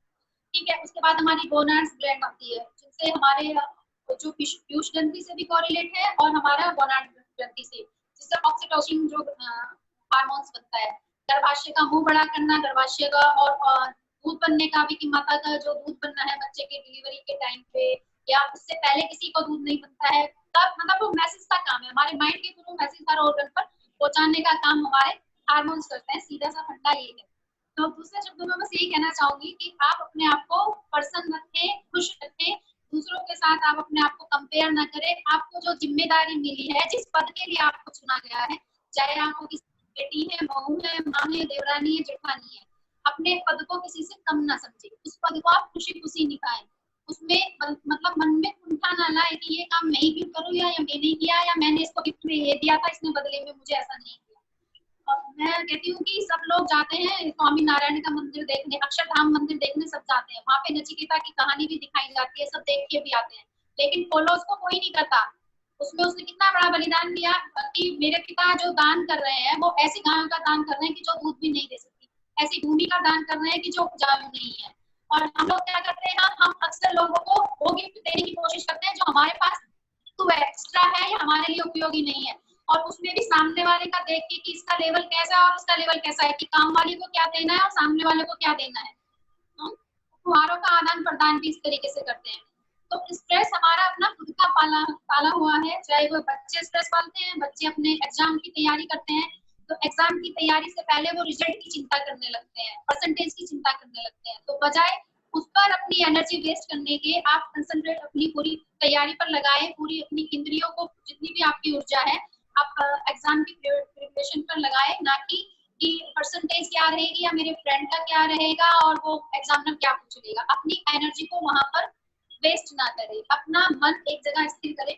आते हैं योग अभ्यास पर कि आप हार्मोन्स को बैलेंस करने में हमारे योग का क्या रोल है। तो बारी बारी से हम कहना चाहेंगे जिनको थायराइड की प्रॉब्लम है तो हमारा उनको बैक बेंडिंग, जिसमें हमारी नेक साइड जाती है, उस तरीके के वो आसन कर सकते हैं। जैसे उसमें उष्ट्रासन है हमारा, ठीक है, मत्स्य आसन है और हल आसन है। हम उस तरीके के आसन आप थायराइड ग्लैंड के लिए कर सकते हैं।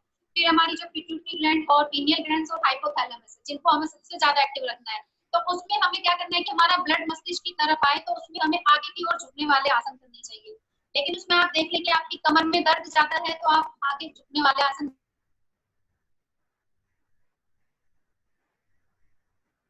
रमा जी आपकी आवाज चली गई है। रमा जी अपना माइक ऑन कर लीजिए। ऐसा है कि आपको तकलीफ हो रही है उस आसन को करने में, तो आप ना करें। फिर जो भी आप स्ट्रेस में रहते हैं, स्पेशली मैं उनके लिए बोलना चाहूंगी कि उनको ट्विस्टिंग वाले आसन जरूर करने चाहिए। उसमें मत्स्येंद्र आसन हमारा आ जाता है, वक्र आसन आ जाता है। ट्विस्टिंग के अलग अलग रूप में टाइप्स करके आप उसको ट्विस्टिंग के आसन करना चाहिए। वो सीधा वीडियो नहीं दिख रहा है मैम, वीडियो हमारी पैनक्रियाज पर इफेक्ट डालता है। आपका उसमें होगा कोई नेटवर्क में गड़बड़ होगी। अभी सब क्लियर आ रहा है बिल्कुल रमा जी का। तो ठीक है, फिर आती है हमारी गोनाड्स ग्लैंड्स पे जो डालना है आपको। उसके लिए आपको मूल बंद, जहां जहां जिन आसनों में मूल बंद लगाने के लिए बोला जाए, श्वास छोड़ते हुए अक्सर हमें मूल बंद लगाने का अभ्यास करना चाहिए, तो वो सीधा हमारी गोनाड ग्लैंड्स पर इफेक्ट डालता है। तो ये कुछ आसनों का अभ्यास करके आप अपने हार्मोन्स को बैलेंस कर सकते हैं। और इसके साथ साथ ध्यान में आप ओम का उच्चारण जितना करेंगे, ओम की भी जैसे 3 अवस्था है, आ, ओ और माँ।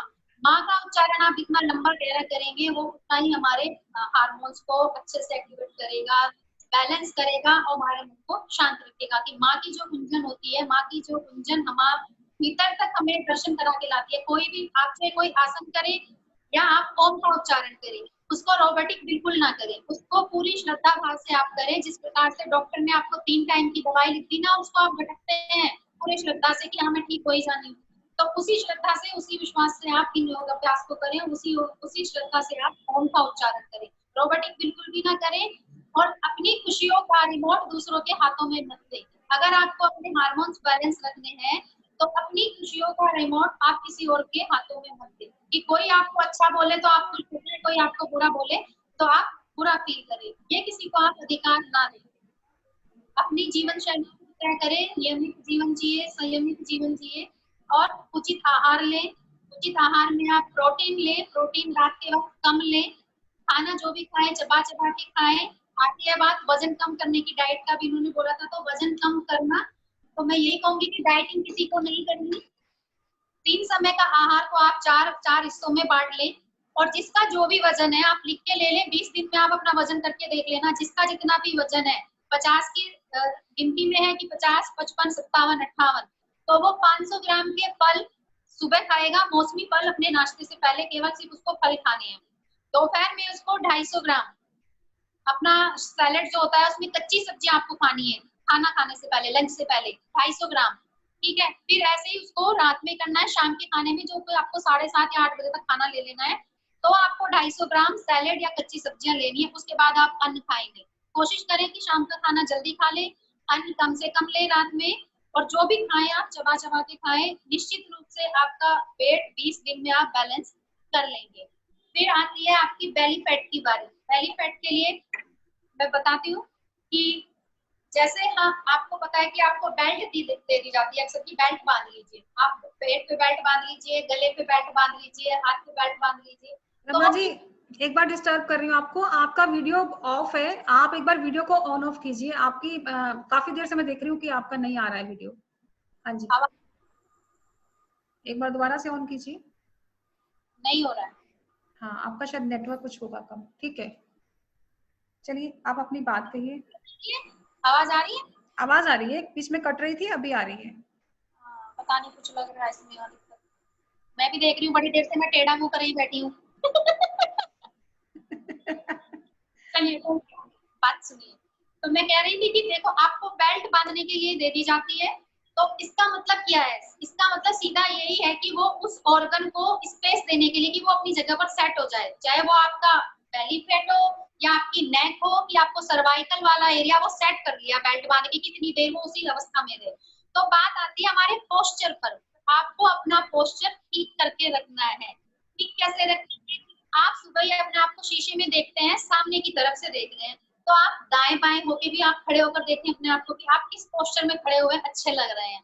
ये सबको पता है कि जब आप कंधे पीछे खड़ के, सीना तान के, पेट अंदर खींच के जब फोटो खिंचाते हैं तब खड़े होते हैं ना, पेट अंदर खींच के खड़े हुए, स्माइल भी करिए और कंधे पीछे किए, तो वो वाला पोस्चर आपको अच्छा लुक देता है। आप सभी अच्छे से जानते हैं।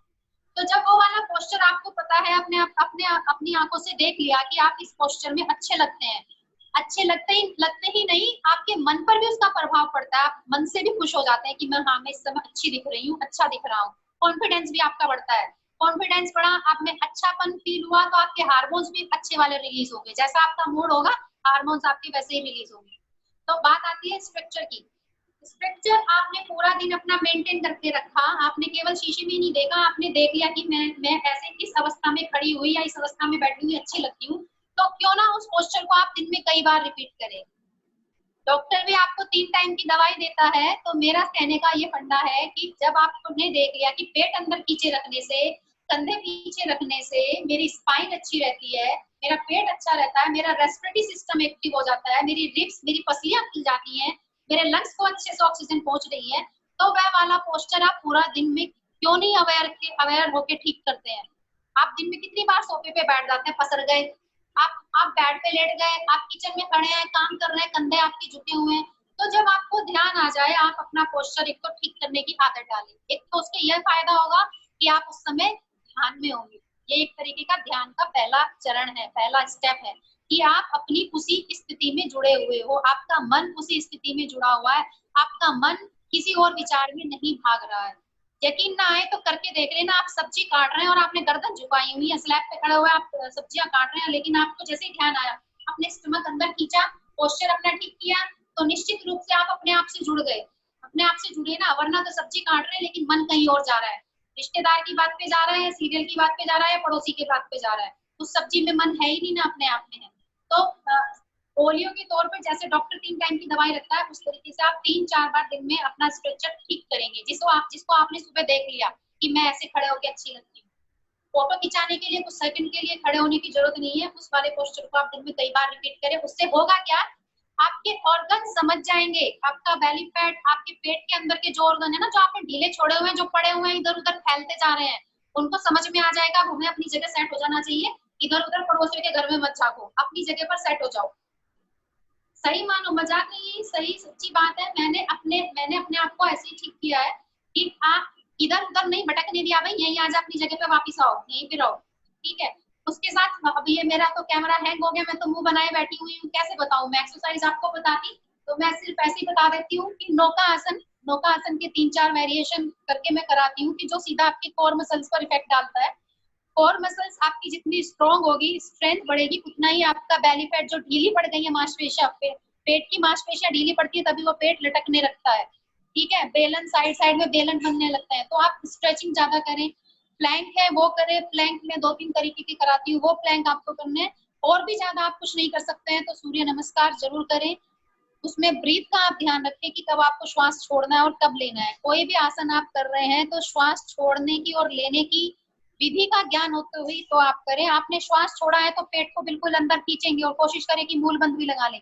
महिलाओं के लिए मूल बंद का अभ्यास इतना ज्यादा लाभकारी है कि आप पूछे मत। आप कितनी भी बीमारियों से घिरे हुए हैं, आप अपनी कितनी बीमारियों से अपने आप को उससे छुटकारा पा लेंगे। मूल बंद जब आप लगाते हैं आसनों को करते हुए, श्वास छोड़ते हुए, ठीक है। श्वास भर रहे हैं तो पेट को बैलून की तरह फुलाना है। आप एक योग आसन में प्राणायाम भी कर सकते हैं और आप भी कर सकते हैं। यदि आप ध्यान लगा के कर रहे हैं, जब हम एक आसन में सांस लेने और छोड़ने की गति का ध्यान रखते हैं तो आप प्राणायाम कर रहे होते हैं साथ में। तो जब आप शरीर के अंगों का ध्यान कर रहे होते हैं तो आप साथ में ध्यान कर रहे होते हैं। आपने मन, शरीर और श्वास को एक साथ जोड़ लिया तो समझो आपने योग की 3 चीजों को एक साथ जोड़ के कर लिया, जो कि 8 अंगों में बाद के 3 बताए हैं, बहिरंग और अतरंग जो बताए हैं अंग अष्टांग योग में। तो अतरंग योग के 3 अंग लास्ट के आप वो एक योग आसन में आप कर सकते हैं। क्या है वो? धारणा, ध्यान, समाधि। ठीक है, प्राणायाम भी आप साथ में कर रहे हैं। अगर आपने श्वास का ध्यान नहीं रखा और आप कर रहे हैं तो वो एक रोबोटिक क्रिया हो गई, वो एक एक्सरसाइज होगी, या फिर कह लो कि जैसे आप घर के काम कर रहे हैं, आप झुक के कपड़े खंगाल रहे हैं, तो वैसे आपने पादहस्तासन कर लिया। यदि आपने श्वास नहीं छोड़ा, पेट को अंदर नहीं खींचा, मूलबंध नहीं लगाया, तो इसका मतलब आप कपड़े ही खंगाल रहे हैं पेट को ढीला करके। सीधी सी बात है। आप कार में कपड़े सुखा रहे हैं, हाथ आपके ऊपर, और आपने श्वास नहीं भरा, पेट फुला के श्वास नहीं भरा, तो आपने कोई हस्तस्थान आसन नहीं किया, आप समझो आप कपड़े ही सुखा रहे हैं। तो अगर आप योग अभ्यास कर रहे हैं तो आप श्वासों का ध्यान करते हुए करेंगे कि क्या कब आपको श्वास लेनी है, कब छोड़नी है। अगर आपका वहां ध्यान नहीं है और आप वह क्रिया करे जा रहे हैं तो आप घर के काम ही सब कर रहे हैं, सोच लो, कोई फायदा नहीं है आपका 40 मिनट का या 1 घंटे का योग अभ्यास का। सीधी सी बात, आप चाहे जिम में जाके कर रहे हो वो चीज, जिम में तो जाके और भी बर्बाद कर रहे हो अपने आप को, जो भी जिम में जाता होगा, सीधा सा कहूंगी, उसमें सिर्फ आपकी चाल ढाल बिगड़ सकती है और कुछ नहीं होगा, और दूसरे रोग और लगेंगे। फिर रोज फिजियोथेरेपी की फीस देके आएंगे, डॉक्टर की फीस देके आएंगे, और डॉक्टर की सजेशन फीस, टेस्ट की फीस, फिर मेडिसिन की फीस, फिर 1 हफ्ता वो कड़वी दवाइयां खाओगे, फिर दोबारा डॉक्टर की फीस देंगे जाके, और फिर दोबारा टेस्ट कराओगे, उसके बाद जाके कुछ चैन पड़ेगा। चैन तब भी नहीं होगा क्योंकि उन दवाइयों का साइड इफेक्ट हो चुका होगा जब तक बॉडी में। और योग में तो कितना, मतलब सिर्फ श्वास के माध्यम से आप अपने आप को क्योर कर सकते हैं। श्वास की लेने और छोड़ने की गति का आप नियम जान लें अपने रश्मि मैडम से, जो आपको बहुत अच्छे से समझाती होगी जहां तक मैं जानती हूँ। और अपने आप को आप निरोगी रखें, खुश रहें, मस्त रहें, जो भी आपकी उम्र है उस उम्र का मजा लें। किसी की खुशियों का, अपनी खुशियों को किसी को रिमोट ना बनाए, सबसे बड़ी बात। किसी को हस्ताक्षर मत दो अपनी खुशियों का, किसी को स्टैंप मत बनाओ अपनी खुशियों का। हा? आपके माँ बाप ने आपको पैदा किया, कहीं और भेजा है, अब उस घर ने आपको स्वीकारा है, इतने जोर जोर से बैंड बाजे के साथ आपका स्वागत हुआ है, तो फिर अब माँ ऐसा बुझे बुझे से नहीं रहने का। जितने खुश आप रहेंगे तो आपसे जुड़े हो। आप देखो इसको लॉजिकली, अब समझो जैसा मैं समझती हूँ। आप खुश हैं तो आपसे जुड़ा हुआ आपके बच्चे खुश, आपके सास ससुर या परिवार में जो दूसरे सदस्य हैं वो खुश। आपके परिवार का खुशनुमा माहौल देख के, आपके पड़ोसी आपको देख के, वाह क्या परिवार है? और फिर आपका प्रभाव पड़ोसियों पर पड़ा, पड़ोसियों को देखा दूसरी सोसाइटी ने, दूसरी सोसाइटी में कहेगी क्या कूल सोसाइटी है। तो यहाँ आ जाता है फिर वसुधैव कुटुंबकम वाली बात आ जाती है, या सर्वे भवन्तु सुखिनः वाली बात आ जाती है। इतनी अच्छी अच्छी बात हमारे दर्शनों में कही गई है, जो पाश्चात्य संस्कृति के जो हमारे साइंटिस्ट हैं वो बाहर खोजते हैं, पर हमारे दर्शनों में, हमारे उपनिषदों में, हमारे महर्षियों ने सब कुछ हमारे भीतर ही बताया हुआ है। वो कृष्ण भगवान ने मुंह खोल के जो दिखाया था ना पूरा ब्रह्मांड, वो ऐवे ही नहीं दिखाया, हमारे भीतर है, सब कुछ आपके अंदर है, सबको वश में करने का नियम। मूड स्विंग होना, मूड स्विंग क्यों हुआ? क्योंकि हमने दूसरों पर डिपेंड किया हुआ है अपने आप को, हमने अपने हार्मोन्स दूसरों को सौंपे हुए हैं। एक्चुअली बात तो ये है, अपने हार्मोन्स डिस्टर्ब करने का फंडा भी दूसरों को सौंपा हुआ है। तो अब कम से कम शब्दों में अपनी बात कह दी है। फिर लास्ट में वो लाइनें कहना चाहूंगी, जैसा मूड हो वैसा मंजर होता है, मौसम तो इंसान के अंदर रहता है, तो अपने मूड को मस्त रखिए। सावन भादो, दिवाली आए, होली आए, सारे त्योहार सब खूब अच्छे से मनाए, कोरोना आए ना आए, वैसे तो हिंदुस्तान में सब बच जाता है, सब पसर जाता है, सब फैल जाता है, सबके लिए जगह है कोरोना की, कोरोना के लिए भी जगह मिल जाएगी यहाँ सबको। कोरोना को भी हम अपने जैसा बना देंगे, कोरोना जैसा किसी को नहीं बनना, हम सब कोरोना जैसे हो जाएंगे। कोरोना से बचना है तो अपने थाइमस ग्लैंड को एक्टिव रखें। थाइमस ग्लैंड कैसे एक्टिव होगी? आपके रेस्पिरेटरी सिस्टम जब स्ट्रॉन्ग होगा, और रेस्पिरेटरी सिस्टम कैसे स्ट्रॉन्ग होगा? आपके प्राणायाम से होगा। प्राणायाम कैसे स्ट्रॉन्ग होगा? जब आप अपने श्वासों पर ध्यान देंगे, और श्वासों पर ध्यान कब देंगे? जब अपना मन कहीं और से भगाकर केवल श्वासों पर लगाओगे। तो सारी कहानी मन की है, मन को जहां ले जाओगे वो वहीं जाएगा, और जहां जाएगा वहीं आपके हार्मोन्स जाएंगे। ठीक है, वैसे ही आपके हार्मोन्स निकलेंगे जैसा आपका मूड होगा। थैंक यू, यहाँ मैं विराम दूंगी, मैं बहुत बातूनी हूँ, बोलती रहूंगी, इसलिए धन्यवाद रमा दी, बहुत समझाया आपने बहुत अच्छे से आपने। और मैं आप दोनों का, रमा दी और रंजना मैम दोनों का बहुत बहुत आभार व्यक्त करती हूँ कि आप दोनों ने अपना इतना कीमती समय दिया और सबको इतनी अच्छी अच्छी बातें बताई, सबको इतनी अच्छी चल पड़ा कैमरा चालू है। रमा के चुप होते ही कैमरा चल पड़ा है। हाँ, कारण यही था कि मेरे को पता था कि मैं बहुत बातों नहीं हूँ ना, इसलिए मेरे को मुंह लटका मैम सबको मेरा बंद हो गया। मौका चाहिए मैम, सबको मेरा मौका बंद हो चाहिए। मेरा ही हो गया।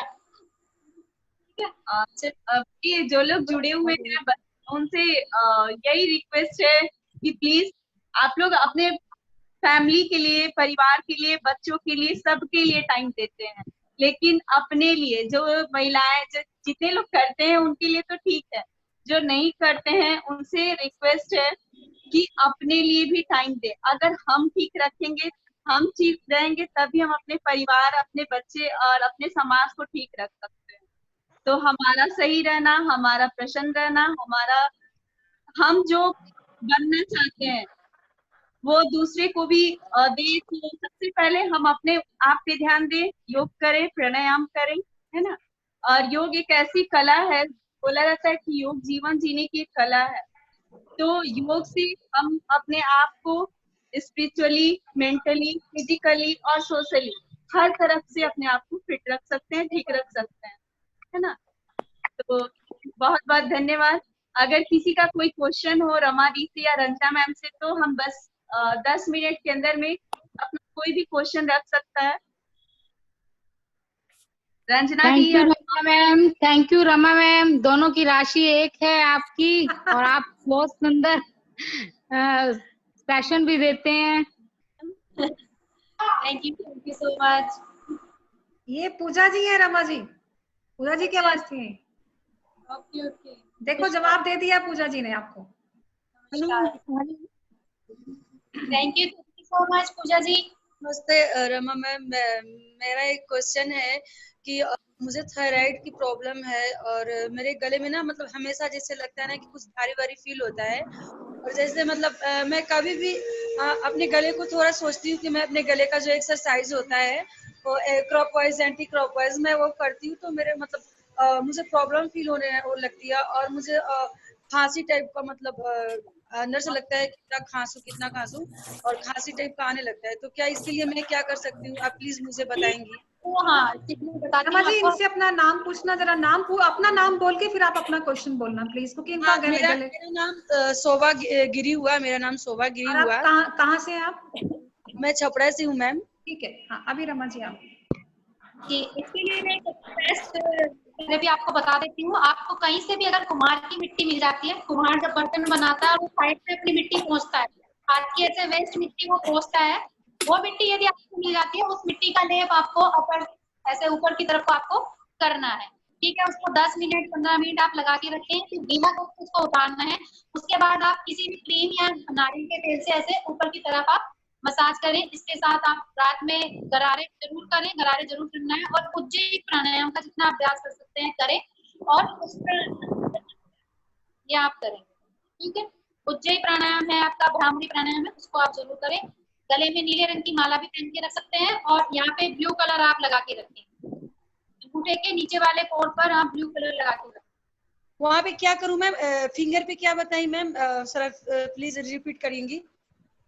ब्लू कलर आप लगा लेना यहाँ पे, रात में इसको स्टेज से ब्लू कलर लगा के आप लेट जाना, और बीड्स गले में ब्लू कलर की माला पहने। राइट हैंड या लेफ्ट हैंड? लेफ्ट हैंड में आप करना। Okay ma'am, thank you ma'am, thank you. Okay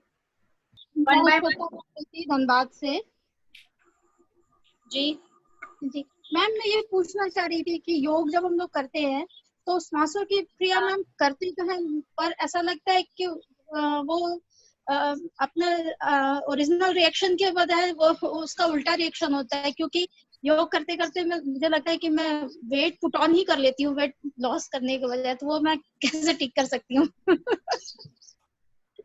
कितना वेट है आपका? मेरा वेट मैम 65। और एज क्या है और हाइट क्या है ये और बता दीजिए। Ma'am height 5 feet 2 inch and age है 35। तो योग अभ्यास में कौन से आसन आप नित्य प्रति करते हैं? मैम मैं कपालभाति करती हूँ और अनुलोम विलोम करती हूँ। उसके साथ थोड़े वो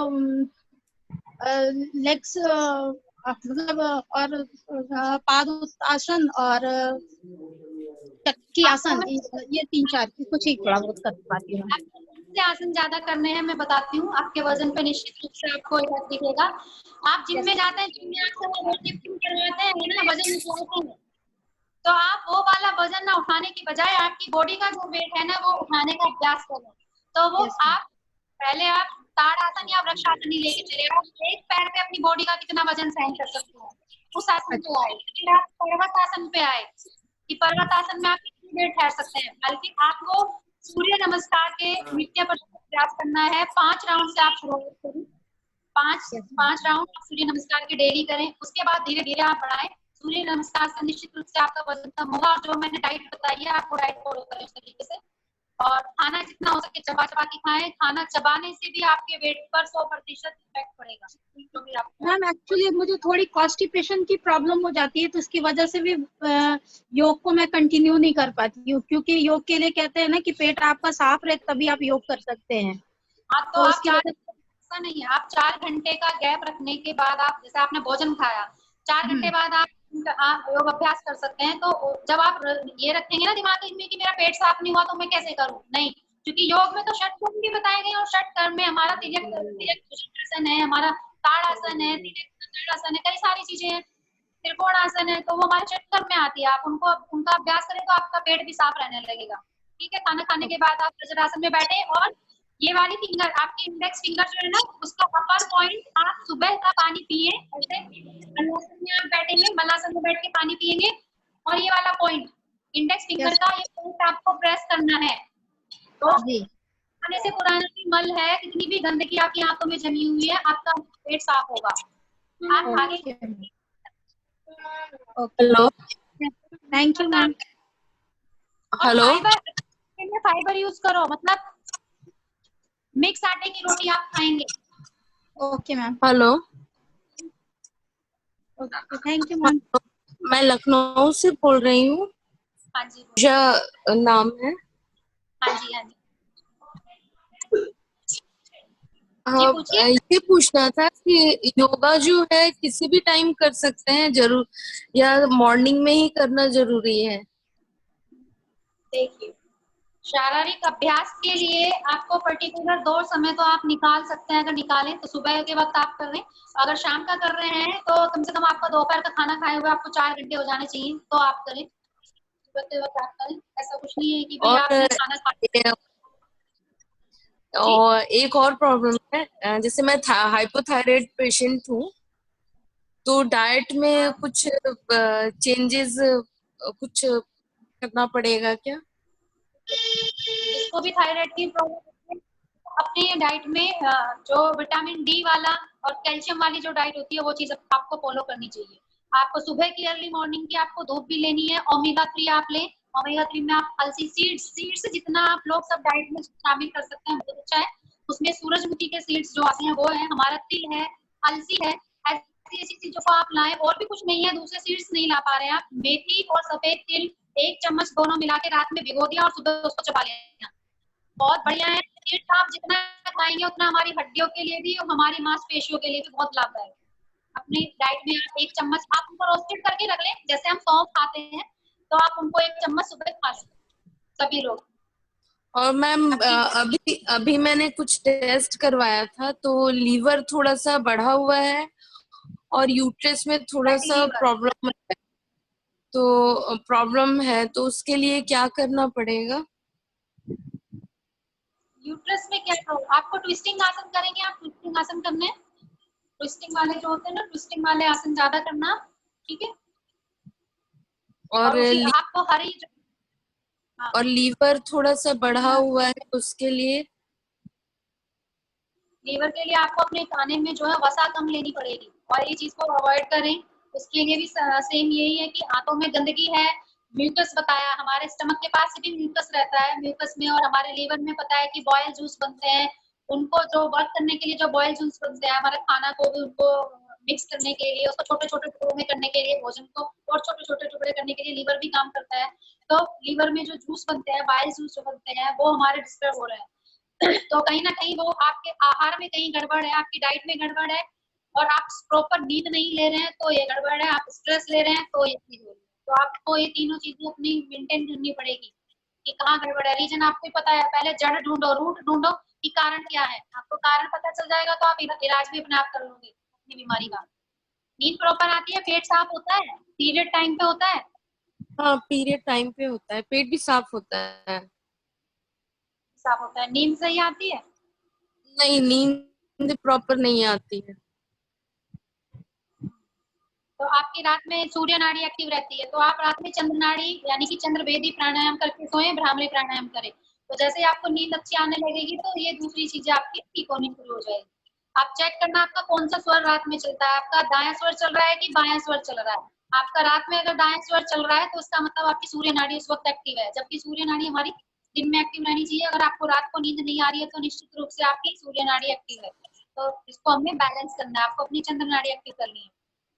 तो आप चंद्रवेदी और भ्रामरी प्राणायाम करें, फिर आप सोएं। अपनी दोनों नासिका में गाय का घी या बादाम तेल डालकर आप सोएं, तो आपको अच्छी नींद आएगी। सबसे पहले अगले दिन की शुरुआत इतने काम ले तो रेस्ट भी जरूरी है। इन मांसपेशियों को, इस मस्तिष्क को हमें रेस्ट भी कराना है, अच्छी नींद लेनी है।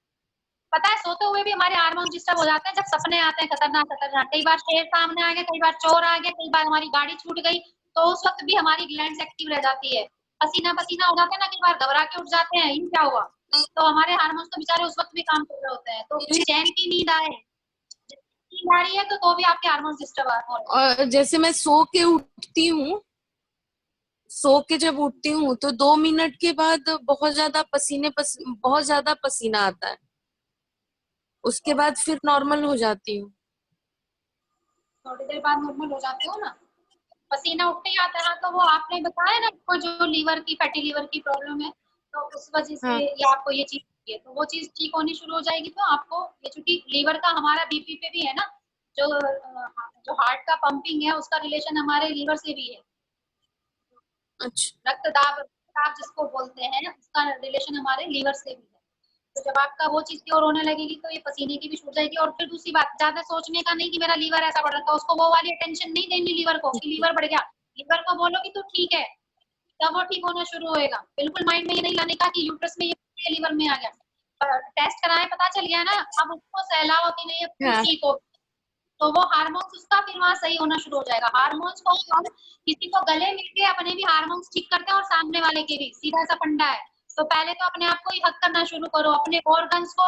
जब आप रात को सोने जा रहे हैं तब एक बार उनको थैंक्स बोल के सोए, एक एक ऑर्गन को। वो भी एक मेडिटेशन ही है। दुर्गा सप्तशती आप पढ़ते हैं ना, दुर्गा कवच, तो आप सोते वक्त दुर्गा कवच पढ़ रहे हो अगर आप अपने अंगों को थैंक्स करके सो रहे हैं। सुबह उठ रहे हैं तो आप अपने ऑर्गन्स को बोलो कि चलो उठ जाओ, ठीक है। बिल्कुल उन्हें बीमारियों वाला मैसेज ही नहीं देना कि लीवर आपका ऐसा हो रखा है, या बीपी हो रखा है, थायराइड हो गया, पैंक्रियास आपका, मधुमेह हो गया, नहीं सोचना ऐसा।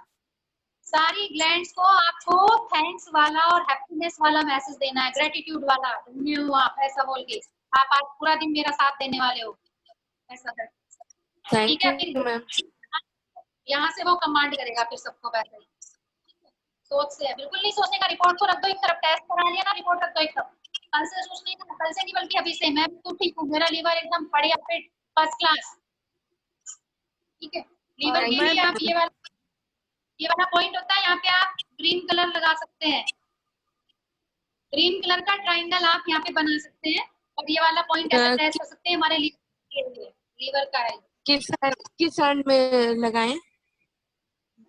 लेफ्ट हथेली है आपकी, और यहाँ पे ट्रायंगल बना के आप पूरा भर देना। ट्रायंगल बनाया, फिर उसको अंदर से फिल कर दिया और सो गए। कलर थेरेपी है ये, करके देखना। Okay, thank you ma'am. Ma'am मैं शोभा गिरी बोल रही हूँ। मेरी मम्मा आपसे कुछ क्वेश्चन करना चाहती है अपने हेल्थ के बारे में। जी जी पूछिए। पहले तो नमस्ते को नमस्कार है मेरी तरफ से। हेलो जी पूछिए। ये कहने जो है शुगर है, शुगर है, इसके बाद में मैं घुटने से एकदम पूरे पैर में, दाहिने पैर पसरा नहीं रहे, बहुत दर्द कर रहा है। हेलो क्या आई आपकी बेटी क्लियर कर देंगी आपकी बात, क्योंकि आपकी आवाज थोड़ी ब्रेक होके आई। शुगर है इतना समझ में आया और दर्द है। मैम मेरी मम्मी को प्रॉब्लम जो है मतलब शुगर है। अभी शुगर 239 ऐसा कुछ बढ़ा हुआ है। तो इनको ना राइट जो पैर है उससे मतलब चल नहीं पा रही है। जैसे कि अगर कहीं जा रही है और आने के बाद बहुत पेन होता है, तो पैर हल्का हल्का सूखा टाइप का हो गया है। तो इसके लिए क्या कर सकते हैं वो प्लीज मम्मा को बताइए। शुगर का रीजन, शुगर का सबसे पहले हमारे पैरों पे भी पड़ना शुरू होता है कि पैरों में दर्द होगा, चक्कर जैसा आएगा पैरों में, मतलब जैसे कि जान ना हो, कुछ ऐसा फील होगा, है ना। तो इनको अंकुरित मेथी खाने के लिए बोले आप, शुगर के लिए सबसे बेस्ट मेडिसिन है। मेथी को अंकुरित करना है। 1 चमचा मेथी आपने अंकुरित कर ली, वो आपकी आराम से 3-4 दिन चलेगी। 1 चम्मच मेथी आपको वो डेली खानी है। आप उसको सैलेड के रूप में खाए, या आप उसको अपनी सब्जी में डाल लीजिए, या पराठे बनाते हैं, रोटी बनाते हैं, उसमें मिक्स कर सकते हैं। और वरना तो 1 चम्मच आप उसको वैसे भी चबा सकते हैं, वो फिर कड़वी भी नहीं लगती है और बहुत अच्छा रिजल्ट उसका रहेगा शुगर का। और बाकी इनको ट्विस्टिंग वाले आसन आप करवाना। ट्विस्टिंग आसन जितना करे, जितना ये आपकी पैनक्रियाज पर इफेक्ट पड़े, उस तरीके के आसन करवाना अगर कर सकते हैं तो। और जब पैरों में ज्यादा दर्द है तो मतलब बैठ के करने वाले उस तरीके के अभ्यास करवाना कि शरीर से पसीना निकले। पसीना निकलना बहुत जरूरी है। जैसे कि पैर को जैसे ऐसे खोलते हैं ना, ऐसे खोलते हैं तो ये खुलने में बहुत प्रॉब्लम होती है। जैसे इसको खुल नहीं पाता है बैठने के बाद, ये पूछ रही है। हाँ, तो इनको पैर लटका के नहीं बैठने देना, पैर लटका के नहीं बैठना, सामने कुछ ना कुछ सपोर्ट रख के बैठे सामने की तरफ, ठीक है। और पैरों की जो एक्सरसाइज होती है, आप पश्चिम उत्तानासन जो करते हैं तटासन में, सीधा सामने पैरों को, पंजों को अपनी तरफ खींचना करना, या फिर हनुमान आसन का अभ्यास जो हम करवाते हैं उसमें आप घुटना पूरा स्ट्रेट होना चाहिए, घुटने को सीधा रखना है। घुटने के बीच में जो गैप आ रहा है वहाँ पे कुछ लगा के सपोर्ट, तब आप पंजे को अपनी तरफ खींचना है। उस तरीके से आप करवाना। और ट्विस्टिंग आसन करवाएं। नमस्ते मैम। धन्यवाद जी। अब ये आपका बहुत समय हम लोगों ने ले लिया आज, तो हम लोग अब किसी का भी क्वेश्चन होगा वो नेक्स्ट सेशन में। बस मैं अपनी एक क्लाइंट ट्विंकल मैम से मिलाना चाहती हूँ और वो अपने बारे में कुछ बताएंगी, क्योंकि मेरे से वो पिछले 1 ईयर से योगा कर रही हैं और उनको काफी उनको थायराइड प्रॉब्लम भी था और भी बहुत सारी प्रॉब्लम थी। तो वो जब भी फीडबैक देती हैं तो हमेशा बोलती हैं कि मैम जब से मैं आपसे जुड़ी हूँ, जब से योग कर रही हूँ, तो मुझे बहुत सारा बेनिफिट हुआ है। तो एक बार वो सामने आए और बस 2 शब्द बोले कि हाँ उनको क्या क्या बेनिफिट हुआ है जब से वो योग कर रही हैं। क्योंकि वो पहले जिम जाती थी, जिम ज्वाइन की हुई थी और वो जिम में जाके आके बहुत ज्यादा अपने आप को, हम बोलती थी कि जब भी मैं जिम से आती थी तो इतनी थक जाती थी कि आने के बाद 2 घंटे मुझे रेस्ट चाहिए होता था, उसके बाद ही मैं कुछ कर पाती थी। तो एक बार मैं चाहूंगी कि ट्विंकल मैम सामने आए और अपने बारे में बताएं और उसके बाद हम लोग सेशन को खत्म करते हैं। बाकी next day twinkle ma'am, twinkle Sabharwal है वो ग्रुप में है अभी, है ग्रुप में। अच्छा ग्रुप में देख लेती हूँ, 1 सेकेंड चेक कर लीजिए। क्या नाम बताया? ट्विंकल सबरवाल। अच्छा लगता है उन्होंने लेफ्ट कर लिया है, कोई बात नहीं। मेरी जो कोई भी अगर योग से कोई भी मेरी स्ट्रेंथ है तो एक बार सामने आए और प्लीज बताएं कि क्या एक्सपीरियंस फील किया उन्होंने योग करके। एक बार बस कोई भी एक जो मैं पूजा नागपाल आप लोगों को इसके बारे में बताना चाहूंगी कि योग से क्या बेनिफिट्स होते हैं। मेरी 27 की जब एज थी तो मुझे सर्वाइकल, माइग्रेन, डिप्रेशन की प्रॉब्लम हुई थी। तब मेरा जयपुर में ट्रीटमेंट चला, 2 साल मेरा महात्मा गांधी हॉस्पिटल में वहाँ ट्रीटमेंट चला। तो मुझे वहाँ का जब ट्रीटमेंट सूट नहीं किया तो मुझे वहां से अल्सर की भी प्रॉब्लम हुई। अल्सर की प्रॉब्लम के साथ साथ मुझे वॉमिटिंग में ब्लीडिंग की प्रॉब्लम होती थी। नेचुरल सी बात थी कि मुझे अल्सर की प्रॉब्लम थी तो वॉमिटिंग में ब्लीडिंग की प्रॉब्लम होनी ही थी। लेकिन धीरे धीरे मेरी प्रॉब्लम्स और बढ़ी और मुझे फेस पे फेशियल पैरालिटिक अटैक भी आने लगे। तो योग और प्राणायाम के जरिए आज मैं बिल्कुल ठीक हूँ, अब मुझे कोई भी प्रॉब्लम नहीं है। और रंजना मैम आपको मेरे बारे में बता ही देंगे कि आज उनके साथ में अगर मैं चल रही हूँ और वो मेरे सहयोग में है तो मैं कैसी हूँ और कैसे फिट रह रही हूँ, क्या कर रही हूँ, वो आगे वो ही बताएंगे आपको, क्योंकि अपने मुंह से बताना मुझे शायद सही नहीं लगेगा। तो प्लीज रंजना मैम आप बताएं मेरी पहचान के बारे में। पूजा ने जो बताया कि पहले उसको कितनी सारी प्रॉब्लम्स थी और उसको इतना मतलब अटैक पैरालिसिस के थे, और इसके बाद डिप्रेशन में ये बहुत आ गई थी।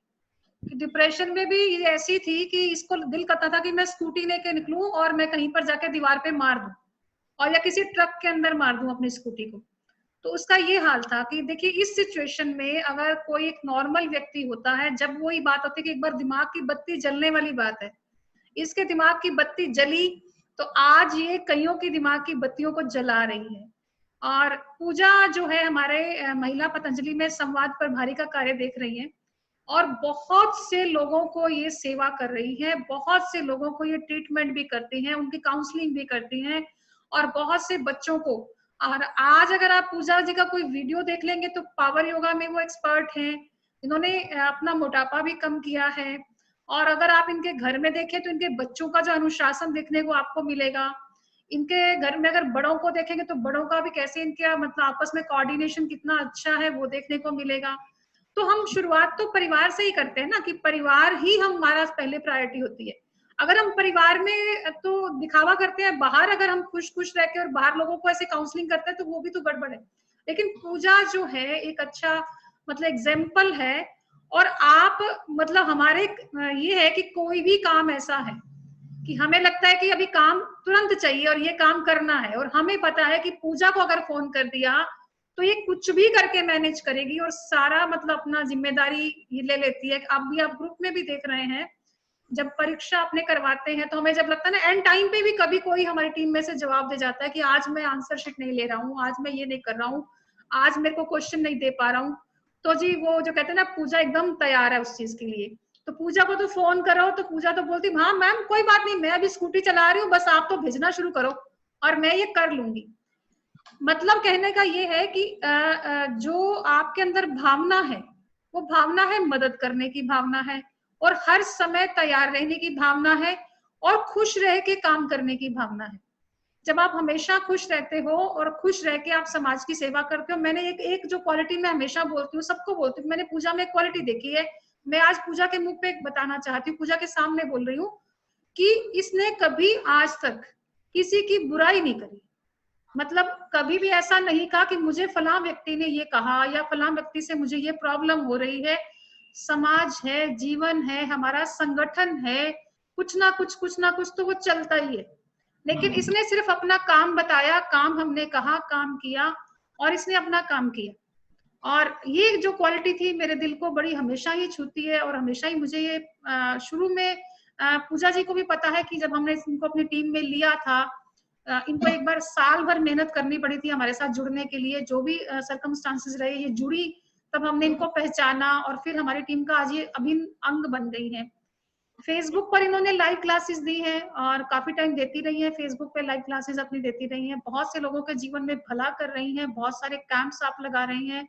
और अभी आपने गोदारा कॉलेज में भी आपको अपने टीचिंग का भी काम अपने आपने किया है, तो बहुत सारे लोगों से जुड़ी हुई हैं जो बहुत सारे जीवन में खुशियां ला रही है। तो बहुत बहुत साधुवाद बेटा, आप ऐसे ही आगे काम करते रहो और निस्वार्थ भाव से काम करना है, और निस्वार्थ भाव से भी अभी आप काम कर रहे हो, और आगे भी आपको ये निष्काम कर्म जो कर रहे हो ईश्वर प्रणिधान, बस वही पर समर्पण। क्योंकि पूजा जी के बच्चे भी बहुत योग में एक्सपर्ट है, बहुत ज्यादा। थैंक यू नंदा मैम, ये आपका बड़प्पन है कि आप मुझे इतना सम्मान दे रहे हैं, वरना मैं इतने सम्मान के अभी लायक नहीं हूँ। पूरी तरह से आप हकदार हो। तो मैं लास्ट में एक बात कहना चाहूंगी, सबसे कहना चाहूंगी कि हम जीवन में कई बार बहुत सारे रूल बना लेते हैं कि हमें अच्छा बनना है, हमें लोगों की नजर में अच्छा बन के रहना है, हमें ये करना है। प्लीज आप अच्छा बनने के चक्कर में और सुंदर दिखने के चक्कर में बहुत कुछ खो देते हो। आजकल तो ये ट्रेंड भी चल गया ना, मैं देखती हूँ बड़ी बड़ी सिटीज में जो ये जिम चलते हैं ना, और ये एक दिन वो चीट डे रखते हैं कि चीट डे रखा है, आज हमने ये खा लिया, आज हमने, तो वो चीट डे कह सकते हो, या आपका जिस दिन आपको लगे कि आज मेरा मन उदास है, आज मैं तनाव में हूँ, एक काम करना, आपको अपने आप से पूछना कि मुझे क्या अच्छा लगता है, और पूछोगे आपको जवाब भी मिलेगा, पक्का जवाब मिलेगा। या तो शॉपिंग करने में पैसे नहीं है तो भी उड़ा आओ, करे आओ, उधार करे आओ, कुछ भी करे आओ। और अगर आपका मूड गाना गाने में है, मेरा आज मूड था गाना गाने का, मुझे नहीं आता तो भी मैंने गा दिया, कोई बात नहीं, आप हो, सुनने वाले भी आप हो, और नहीं तो ठीक है। और या डांस करने का मन है, अकेले में डांस कर लो, कुछ भी कर लो। अपने आप को जब भी आपको लगे आप रो रहे हैं, तो रोते रोते एक बार के लिए, 1 सेकंड के लिए दिमाग की बत्ती को थोड़ा सा जला लो। जैसे लाइट का बटन ऑन ऑफ करते हैं ना, वो एक बार बटन जलाओ और फिर पूछो, और फिर करके देखो कितना मजा आता है। ऐसा कोई व्यक्ति नहीं है जिसकी लाइफ में तनाव ना हो, जिसको दुख ना कभी मिला हो, लेकिन उस नदी को जो पार कर जाता है वो जीत जाता है। शेर तो वो रमा जी सुना पाएंगे, शेर मुझे आते नहीं है। गाने, खुद को खुश रखना भी एक जिम्मेदारी है, और जो जिम्मेदारी उसे भागता है उसे कायर कहते हैं। तो पहले तो खुद को खुश करो ना, दूसरों को तो आपको खुश देख के सामने वाला वैसे ही खुश हो जाएगा, तो सारा कुछ ठीक हो जाएगा। हाँ, सारे दुख समेट दो, खत्म कर दो उसके दुख, इस तरीके से कर दो। दिगंबराय तस्मै नकाराय नमः शिवाय मंदाकिनी सलिल चंद्र चर्चिताय नंदीश्वर प्रमथनाथ महेश्वराय मंदार पुष्प बहु पुष्प सुपूजिताय तस्मै मकाराय नमः शिवाय शिवाय गौरी भग्नवद्वृन्दः सूर्याय दक्षाधरनाशिकाय श्रीनीलकंठाय वृषध्वजाय तस्मै शिकाराय नमः शिवाय। बहुत अच्छे से, बहुत बढ़िया, बहुत बढ़िया। कितना सुंदर श्लोक आपने सुनाए, और कितनी मतलब वाणी कितनी साफ है। अब देखो, अब हमें भी ये सीखना है। हर एक की लाइफ में कुछ ना कुछ तो रह ही जाता, कहते आया था, कुछ ना कुछ तो छूट जाता है, लेकिन जो छूट जाता है ना, फिर हम उसको सीखने की कोशिश का बस मन में ये भाव होना चाहिए कि सीखना है, सीखना है, बस सीखना है। हर व्यक्ति के अंदर अलग अलग गुण है, हमारे में जो गुण है हमें उसको पहचानना है। हम जो कर रहे हैं वो हम अच्छा कर रहे हैं, जो सामने वाला कर रहा है उसमें बहुत अच्छे गुण है, उसको देख के खुश होना है कि परमात्मा ने कितनी सुंदर सुंदर रचनाएं की हैं, कि परमात्मा ने हर व्यक्ति में कितनी सुंदर चीजें भरी है, हर चीज कितनी सुंदर है। आप खुश हो, बहुत बढ़िया। हाँ, मैं तो वही इसीलिए बोलती हूँ ना, जब मेडिटेशन के बाद हम अपनी आंखें खोलते हैं ना, मैं कहती हूँ जो आपको सामने दिखता है उसकी सुंदरता को निहारते रहो, निहारते रहो, निहारते रहो। आप कभी भी किसी चीज को देखो, उसको सुंदरता को देखते जाओ। हम क्या करते हैं, हमारी जो स्वभाव होता है हम उसके अवगुण देखते रहते हैं, कि पानी का गिलास है, ये आधा खाली है, आधा भरा हुआ जो गिलास है उसको देखना है, उसकी सुंदरता को, जो कमी है, जो उसमें मान लो कुछ है, तो वो हम अपने एफर्ट से उसको पूरा कर सकते हैं तो अच्छी बात है। अगर नहीं होगा तो वो आपके भाग्य में वही था और वो आपका है, और आपको उतना ही मिलना, वो तो मिल रहा है ना, जो मिल रहा है वो तो खुश हो जाओ। कि हमें, कईयों को तो देखो ना, कईयों के तो हाथ ही नहीं होते हैं, उंगलियां ही पूरी नहीं, किसी के तो कुछ ऐसी डिसेबिलिटी होती है। आप कितनों से अच्छे हो, अगर मान लो कोई डिसेबल है तो उस, देखिए आप जितना सिंगिंग के हैं, कईयों की आंखें नहीं होती है तो कितना सुंदर वो गाते हैं, कईयों के पैर नहीं होते तो भी कितना सुंदर वो नृत्य करते हैं। तो परमात्मा ने हर एक में कुछ ना कुछ तो बना के ऐसा भेजा ही है। बस आपको क्या करते हो, अपने अंदर नहीं देखते हो, सामने वाले में क्या अच्छी बात है हम वो देखते हैं, कि सामने वाले में बहुत अच्छी चीज ये है, हमारे में ये कमी है। तो रोहित जी ने बहुत सुंदर श्लोक सुनाए हैं, बहुत सुंदर, बहुत बहुत धन्यवाद। मेरे पापा जी है, नमस्ते मैं शोभा गिरी, मेरे पापा जी संस्कृत के आचार्य है। मैं बोली पापा जी कुछ वर्ड सुना दीजिए मैम लोगों को। तो मेरे पापा जी आपको सुनाए। अच्छा, बट बहुत अच्छा, बहुत बहुत धन्यवाद बोलना उनको हम सबकी तरफ से। तो अभी कुछ ऐसे बातें करनी है या हम मीटिंग को एंड करें? हम तो, मैं तो फ्री हूँ। रंजना मैम मैं बोलना चाहती हूँ, मुंबई से निशिता तलेगांवकर। हाँ जी, हाँ जी, प्लीज बोलिए आप। एक्चुअली मुझे बोलना था, कोविड के कारण मुझे बहुत अच्छा मौका मिला सोमवीर सर से जुड़ने का। सोमवीर सर के थ्रू पूरा योग परिवार से जुड़ी, आप हैं, रमा मैम है, ऐसे बहुत से लोग हैं जिनको बहुत अच्छा नॉलेज है। मुझे सीखने के लिए मिलेगा। मुझे बहुत अच्छा लगा आप लोगों से जुड़ के। और मैं आज पहली बार आप लोगों का सेशन अटेंड कर रही हूँ, क्योंकि कुछ ना कुछ रीजन रहा मैं अटेंड नहीं कर पाई। आज पहली बार। It was very very good. Thank you so much इतना प्यार करने के लिए। और अब आप हमें छोड़ेंगी भी नहीं, ये भी हमें पता है, हर सेशन अटेंड करेंगी। मैं बिल्कुल नहीं छोड़ूंगी। वो सर ने बोला था ना, सोमवीर सर ने, कि चुंबक है वो, मुझे वो मतलब वो है ना, अपनी तारीफ को याद रखना चाहिए हमेशा, तो मैं वो याद रखती हूँ। सर की वो रिकॉर्डिंग मैंने इसीलिए कर ली थी। उस वक्त सर बोलते थे कि चुंबक है और हम सब घूमते, तो अच्छी बात है ना, एक परिवार वो जो बन गया है हमारा। मुझे बहुत अच्छा लगा जुड़ के, कि बहुत अच्छे लोगों से जुड़ गई हूँ मैं अभी। हाँ, सबके अंदर वो कितनी पॉजिटिविटी है, और हर व्यक्ति पॉजिटिव है अपनी लाइफ में, और हम लोगों से मिलवाई देगी। बिल्कुल। सारा श्रेय दीदी को जाता है, सबको मिलाया दीदी ने। ये तो आप लोग ऐसे बनाते हो, पर परमात्मा ने मुझे कोई कार्य दिया था ना, तो वो कार्य था ये परमात्मा, मैं नहीं करती हूँ। एक के साथ नहीं तो बैठ के हमारे को तो पता ही नहीं था। हाँ नहीं, वो तो है कोई माध्यम। देखो, परमात्मा ने जो जीवन दिया होता है ना, कोई उसका पर्पस होता है। अभी और भी बहुत सारे उद्देश्य हर एक ने पूरे करने हैं, इसीलिए कहते हैं ना कि हमारे जीवन का जो उद्देश्य है अभी हमें पता नहीं होता है। और एक बात और है, जब भी हम कभी किसी की मदद करते हैं, या जब किसी के हम काम आते हैं, या किसी को हम खाना खिलाते हैं, तो उस वक्त हमें ये जो भाव आता है ना, सबके मन में भाव आना भी चाहिए, और वही आना है कि हम एक माध्यम मात्र बने हैं, कि परमात्मा ने वो हमें चुना। कि कितने खुशकिस्मत है हम कि सामने वाले के चेहरे पे हम स्माइल ला पा रहे हैं।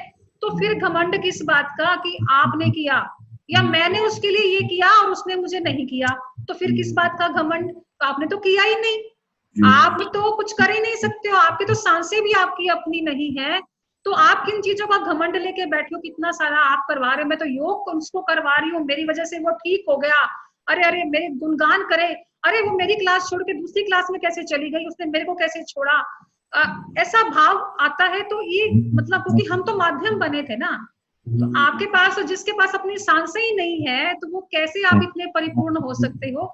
वो तो परमात्मा ने आपको एक माध्यम बनाया, क्योंकि परमात्मा ने जो जीवन दिया था ना आपको, वो एक पर्पस के लिए दिया था, कोई ना कोई उद्देश्य है उसमें, जो हम रोज हैं। मैम एक बात, अपना हाथ जगन्नाथ, बस वो ठीक है ना, बढ़िया, वो सही। तो अपने हाथ, जब हमारी मृत्यु होती है ना, शवासन भी हम जब करवाते हैं क्लास में, हाथ ऐसे होते हैं, ये इस तरह से रखते हैं ना हाथ हम, तो ये हाथ हमारे ऐसे होते हैं क्योंकि हम हमेशा ही भिखारी हैं। खाली हाथ आए थे, खाली हाथ जाएंगे, और खाली हाथ भी जाएंगे, और हमेशा भिखारी भी है। मंदिर में जाते हो, हे भगवान मेरे को मेरे बच्चे को पास करवा देना। बच्चे भी जब एग्जाम होता है ना, तो मंदिर में भीड़ लगी होती है, ड्रेस पहन के बच्चे सब पहले मंदिर माथा टेकेंगे और फिर जाएंगे, और सब बोलने के लिए